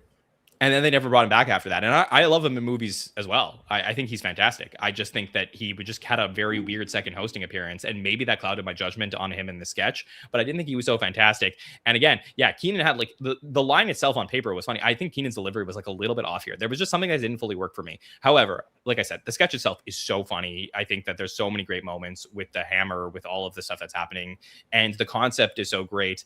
Had this sketch aired today, viralest sketch ever, because the TikTokification of it, everyone would be singing basketball. I mean, it was something that I think made its rounds on the internet in 2013, where you were sort of like in the early days of Twitter, and that really got around. But I could only imagine now, if that came out, how much people would be singing that. I will say, Bill, I cannot watch basketball on NBC now and not hear the song and not think of this sketch. So that is a win for it, for sure. 100%. Yeah. I mean, we are 13 years later talking about it. And it's something that just sticks in your head more than most things. So how are you feeling overall? Like too high, too low, just right about 93 for this slot? Probably a little high, but I'm not mad at it, because getting some Tim Robinson representation on here is definitely something that we should see. But yeah, it's probably just a smidge high for me. I would agree with that. I think that the legacy of this sketch for sure boosts it to me. I think that there is some really good moments. It's probably, like I said, a greater sketch than it is a better sketch. So that certainly vaults it onto the list. I think that this is a top, I could say easily a top 250. But I think that this, for me, I don't know that I would have it in my top 100. But it is good. And I'm glad to get to talk about Tim Robinson, because there's so many like what if moments with him where you just see how much he was able to carry this moment. I even think back to the end of his first episode where he had that sketch with the wood planks at the end of his first one. And I think back to these moments of like, wow, we could have gotten years of Tim Robinson in sketches in the cast. And it's definitely one of the big sliding doors moments for the show. They were really looking for somebody to kind of do this thing. And you look at this and you could see the Forte Sudeikis partnership in Tim Robinson and Jason Sudeikis here, that I don't know that Tim would end up being exactly like Forte, but he's almost like a derivative of him in some sense. And I think that there is some, I would say like shared genealogy between the two. And that's why I do love this one. So the absurdity here was something I think in 2013 I was really missing, and I was happy to see in this one. Yeah, and shout out to Mike O'Brien as well, who had a similar short tenure.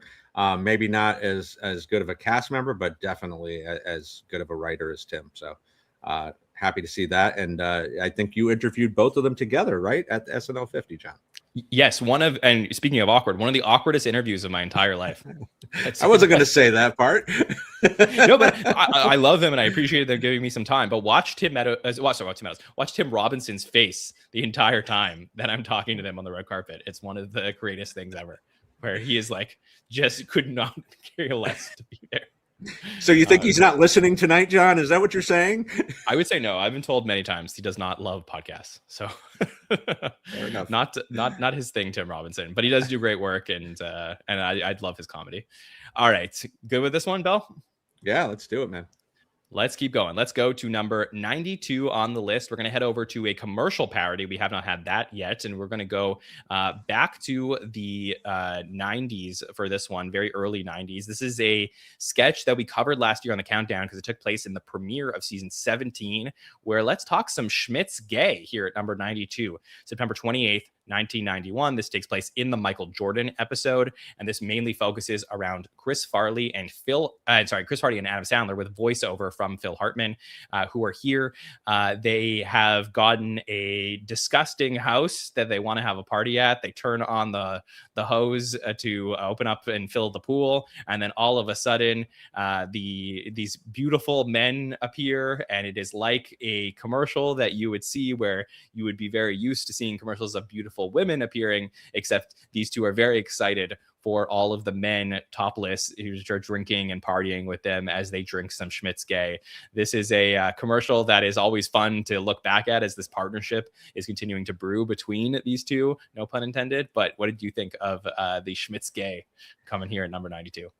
Oh, so brilliant and biting, especially for this time. As you mentioned, like this was everywhere. If you're lucky enough to find an unedited version of SNL from like 85 to 93 with the commercials, you're going to see 3 of these commercials with bikini clad women.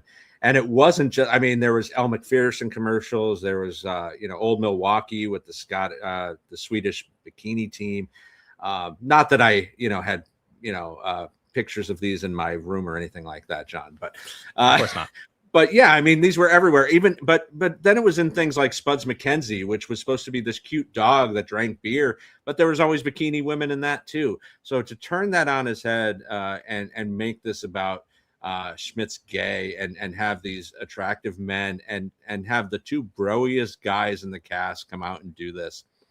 This could have gone very sideways, John. This could have went really badly, especially in the era that we're talking about here in early 90 or mid 91, where it could have been like really not great. I think it's respectful while still having fun with the concept. Yeah, I think on its face, you could be like, does this play now where people are much more open to, people being gay and seeing that on TV, where before, like, I think there was, I'm not exactly sure the timeline, but it was weird to see guys kiss on TV for a lot of people. Sure. I think that this is one of those things where I think you can sort of watch this at its time and place and say, okay, these are 2 very bro-y guys, as you said, who are having this great friendship that they're building on the show. You think about these guy pairings we've had in SNL history, your Belushi and Aykroyds, and then you start to look at this of, Dana and Kevin, and you see Chris Farley and Adam Sandler, and you're like, okay, this could be something for many years on the show, and it would be in its own way. And it's just challenging conventional norms and subverting expectations, where you watch the commercial and you expect that you're absolutely going to see one of the things that you're seeing on TV all the time, except now it's with men, and they play it so well. Bill, you're totally right, where they are so into this in the most happy, comforting way. They don't take it too far where this could get like very like oddly sexual, but it doesn't. It kind of gets it's always very playful, in tune with the nature of the commercials that we would see, and I think that really works for the sketch. Yeah, I mean, I it's an interesting point to think, would this play today? Not because it's cringy. I don't think it is cringy. If people are watching this, if younger people are watching this sketch and going, what's the big deal? Like, it's 2 guys. And I hope that's where we're at. I really do. I hope that people have gotten to the point where this wouldn't be something that's so strange. But yeah, John, on network television in the 90s, I mean, Roseanne kissed Mariel Hemingway in like 93 or 94, and it was like the highest rated Roseanne ever, because that had never been done on TV. So having that representation LGBTQ in the 90s was very, very rare. It was something that wasn't touched, and if it was done in a very mean spirited way. So to have something that's playful, not overly sexualized, as you said, I think is really great for a show that would become very man-centric and become this bad boys of comedy. So I'm happy that they were able to do this in the way they did. It's almost funny, like you would think that, would they have done this sketch in seasons 19 and 20? Probably in a bad way. Let's be honest. Like, they would have taken a whole other form. And I think Smigel's not there anymore. Does he help kind of make this still feel safe for work? Yeah, I think you're right. Yeah, if this was done even a couple years later, it would have been bad.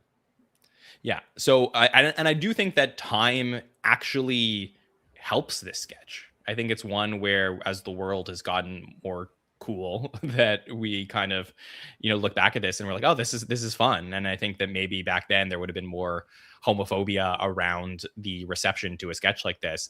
I also think that it is beautifully shot.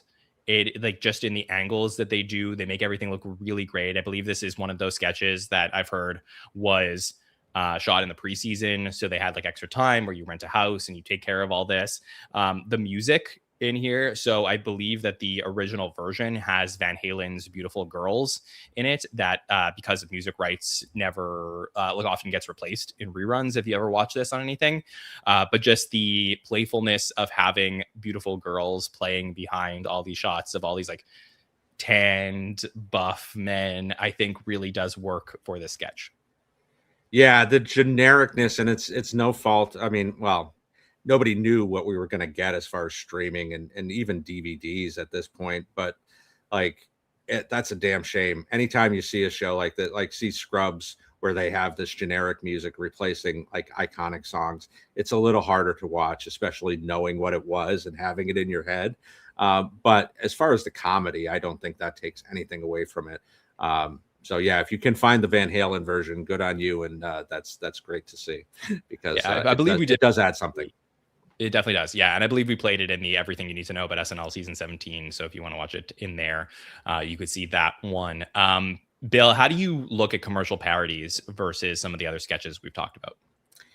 I had a harder time putting them on my countdown, only because there's so many. And like, I felt like I was picking children with this, like even more so than the sketches, because like you can watch a 3-hour best of commercial parodies and love every single one of them.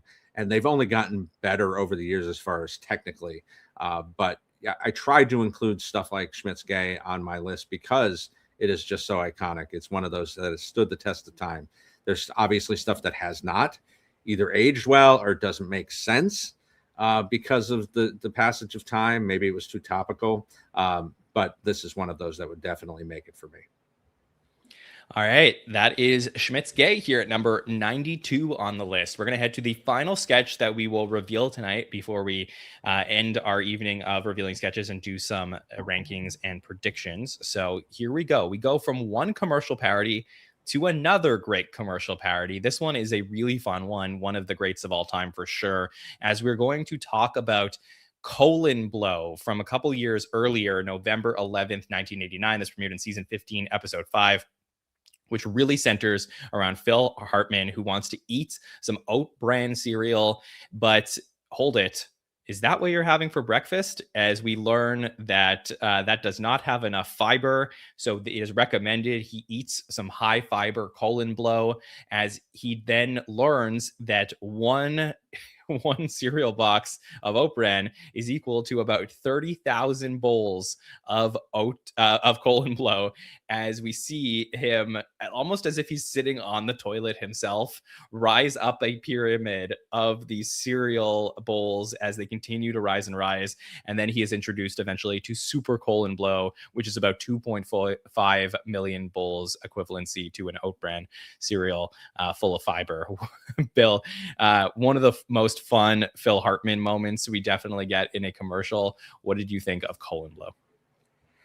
Well, this is why commercial parodies today will never be quite as good as the ones from this era, because the monoculture at the time, like you were seeing, this is based on Total Cereal, if you don't know. And this was a campaign they ran for almost 25 years, where it would just be like, I love Raisin Bran. Well, you know how many bowls of Raisin Bran? You have to eat 3. You have to eat 4. And they did this with celebrities like Sherman Hemsley and Richard Lewis. And so this was everywhere. If you watch TV in the 80s and the early 90s, this was something that you saw on a regular basis, probably a daily basis.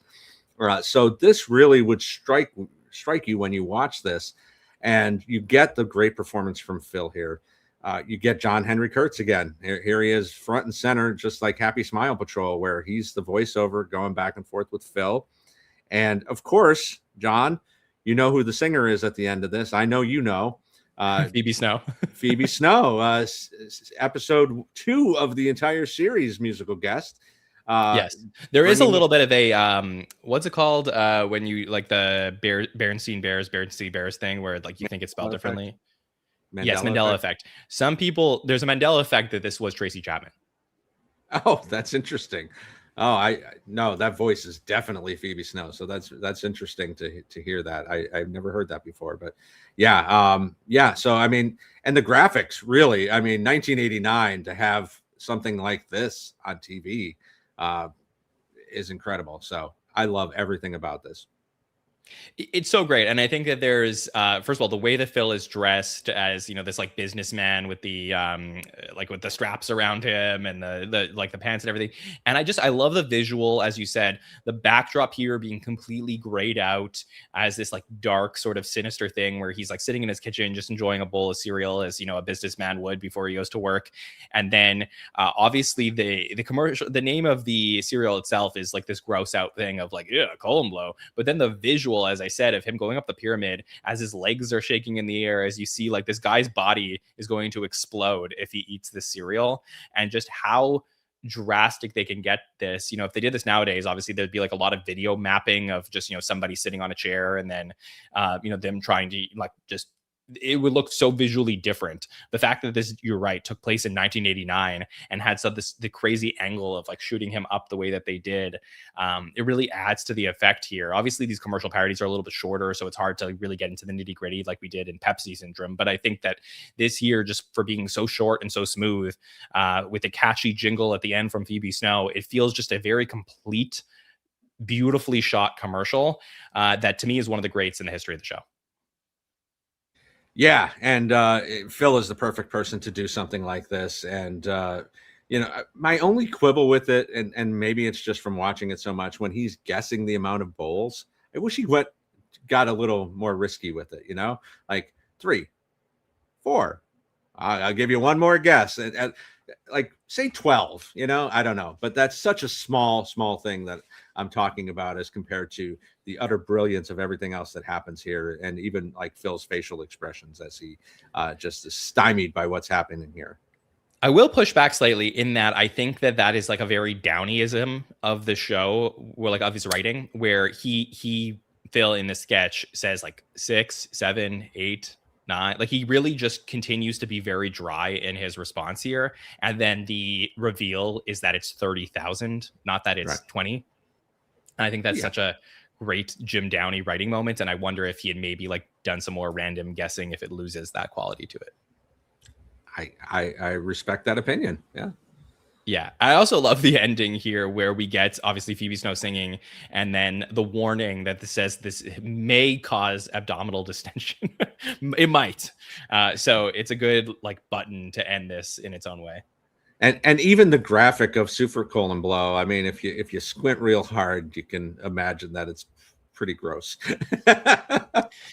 Yeah, definitely. So to me, we got 2 back-to-back great commercial parodies to end this countdown. A lot for tonight. A lot of really great moments that we've talked about here. So Bill, anything else you want to say about colon blow? Do you feel like this is the right spot for it? Too low, too high? This feels like the right spot for it at this moment. So yeah, I'm happy to see where it is. I'd say this is slightly too low for me. I think this is one of the all-time great commercials, and I think this is an arguably top 50 sketch of all time. Just there's obviously been incredible commercials, but I think if you're thinking about the best visuals, best moments, really epic, I think this has to be one of them. Agreed. So, okay.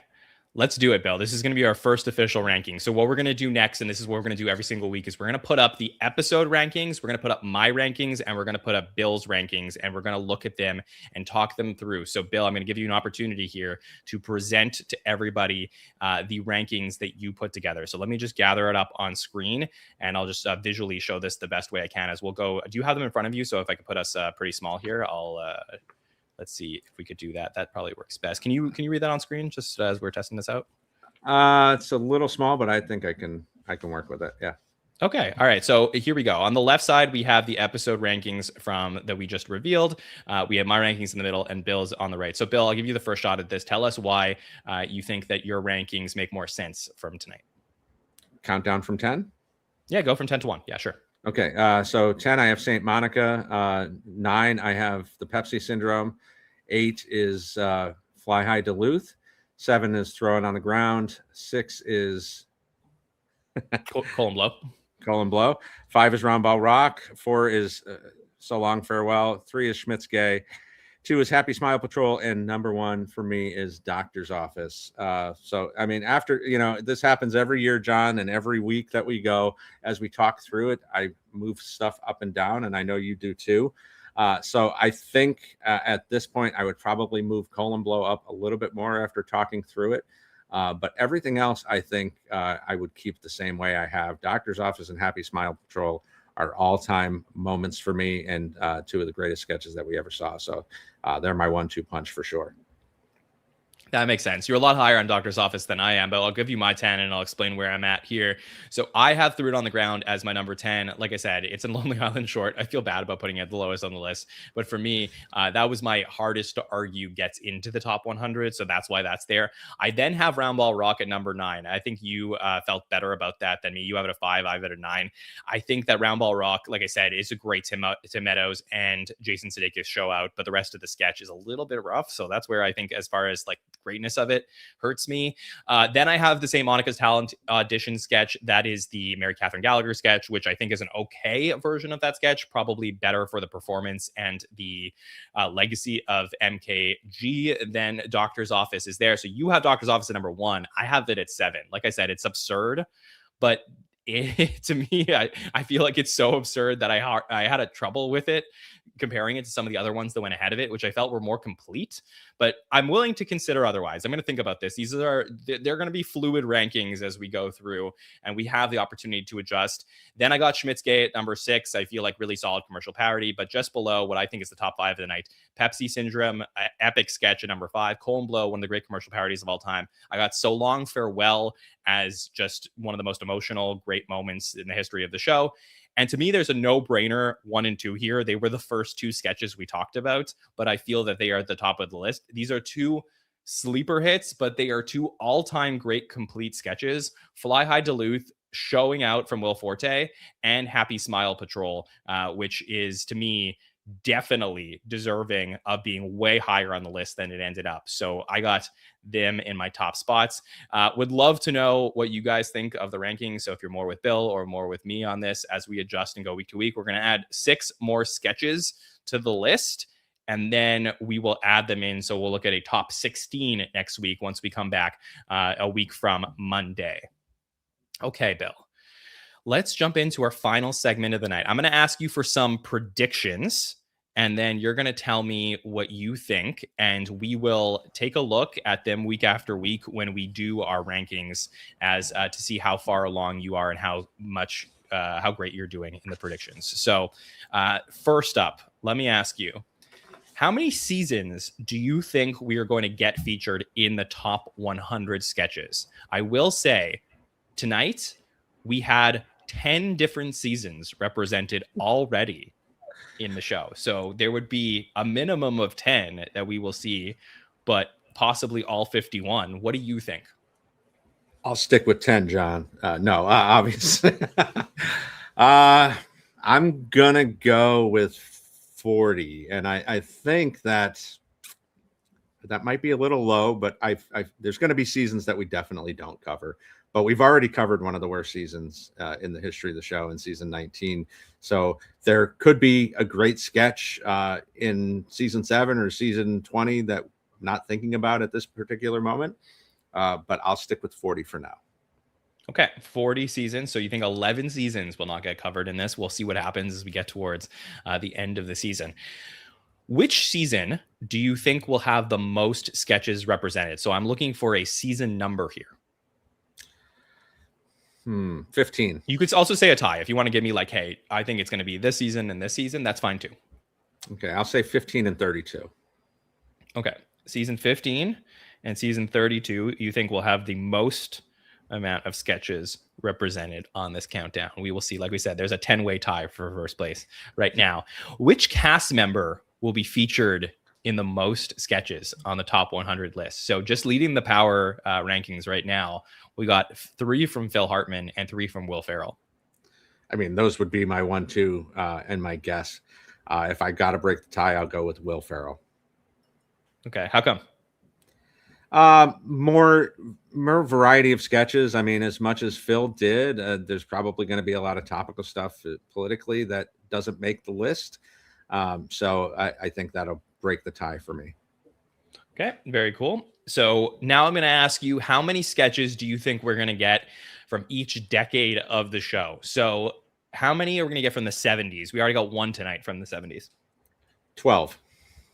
12. All right, that sounds good. So 11 more you think we're going to get in the final 90 from the 70s. How many from the 80s? We just got one here tonight from the 80s. 13. 13. I sound like I'm saying colon blow here. 13, 14, 12, 13, 14, 15. How many from the 90s? We actually got 4 sketches from the 90s tonight. 22. Wow. All right. 90s heavily represented in the final rankings for Bill. How many from the 2000s? We got 3 from the 2000s tonight. I will go 20 for the 2000s. Okay, 20 for the 2000s. How many from the 2010s? We only had 1 tonight with Roundball Rock. 23. Wow. Okay, so you think we're going to get the most from the 2010s out of all the decades? Yeah, because I think recency bias will creep in here for a lot of the people who are voting on this. So, okay, all right, we'll see. So that means we need to get 22 of the final 90 would be from the 2010s. And finally, how many from the 2020s? So those would be sketches from the last few years of the show. That should leave me 13, right? So, yeah, I'll do the quick math on that. Let's see. We'll see if that adds up. But yeah, I mean, we had no sketches tonight from the most recent years of the show, which means they're either not on the list or they're much further up the list. But that actually, I counted 103, Bill. So we got 12, 13, 22, 20, 23, and 13, you said? It was my understanding there would be no math. Do you want to change anything or you want to leave it? Well, I have to change it, right, John? If it's 103, that's true. There's not going to be any ties. So fine. All right. So, okay, you have to take 3 away. So you got 12 from the 70s, 13 from the 80s, 22 from the 90s, 20 from the 2000s, 23 from the 10s, and 13 from the 20s, you said. Let's make it 10 for the 2020s. Okay, there you go. That should equal to 100. So we did it. All right, those are the predictions. So those are the things that we'll be following over the next few weeks. Bill, did you have fun tonight? I had a blast, John. This is such a great thing, and I'm so glad that it's in the fans' hands because they can't come after us, John. This isn't our list; it's their list. It's the will of the people. We're just here as the beacon of explaining it to everybody, but we get the pleasure of talking through it. So I'm so excited to be here. I can't wait to see what everybody else has brought up. I'm completely with you. I really appreciate everybody voting on this list. I think this could be the greatest list we've ever done. One day we'll rank our greatest countdowns, but I think that this could be one of them. I'm very excited for other voices to join us over the next few months to talk through these sketches. So starting next week, we'll have a patron or two joining us, and it'll be really fun to do this countdown with all of them. So if you did enjoy the countdown here tonight, leave your thoughts in the comments. Love to read them as we go throughout the summer to talk about these sketches, which were absurdly high, way too low. Can't wait to read all of them. So that's the fun of getting to do the countdown week after week. For everything else we have going on here at the SNN, we just released our video on everything you need to know about SNL season 26. So that is available now. Of course, we hope to have more fun things over the summer, maybe some interviews, maybe some breaking news as we go and get ready for season 52. So if there's anything that happens, don't miss it by subscribing to the podcast, YouTube, Apple Podcast, and Spotify. And you can follow us on all social platforms at the SNL Network. We will be back in 8 days from tonight. So that'll be Monday night, June 15th. And then we'll be back to our regular schedule of Monday nights all throughout the summer. So you'll see us over there. I want to thank Late Nighter for being the presenting partner of our show. And Bill, anything you want to plug to the listeners? No, this is it for me for right now, John. Cool. And this is enough because you gave me a lot of homework to do and I'm excited for it. Yes, definitely. All right. Thanks to the live chat for being with us here tonight. And on behalf of everyone here from the SNN, my name is John Schneider, and we'll see you next time, everybody. Have a good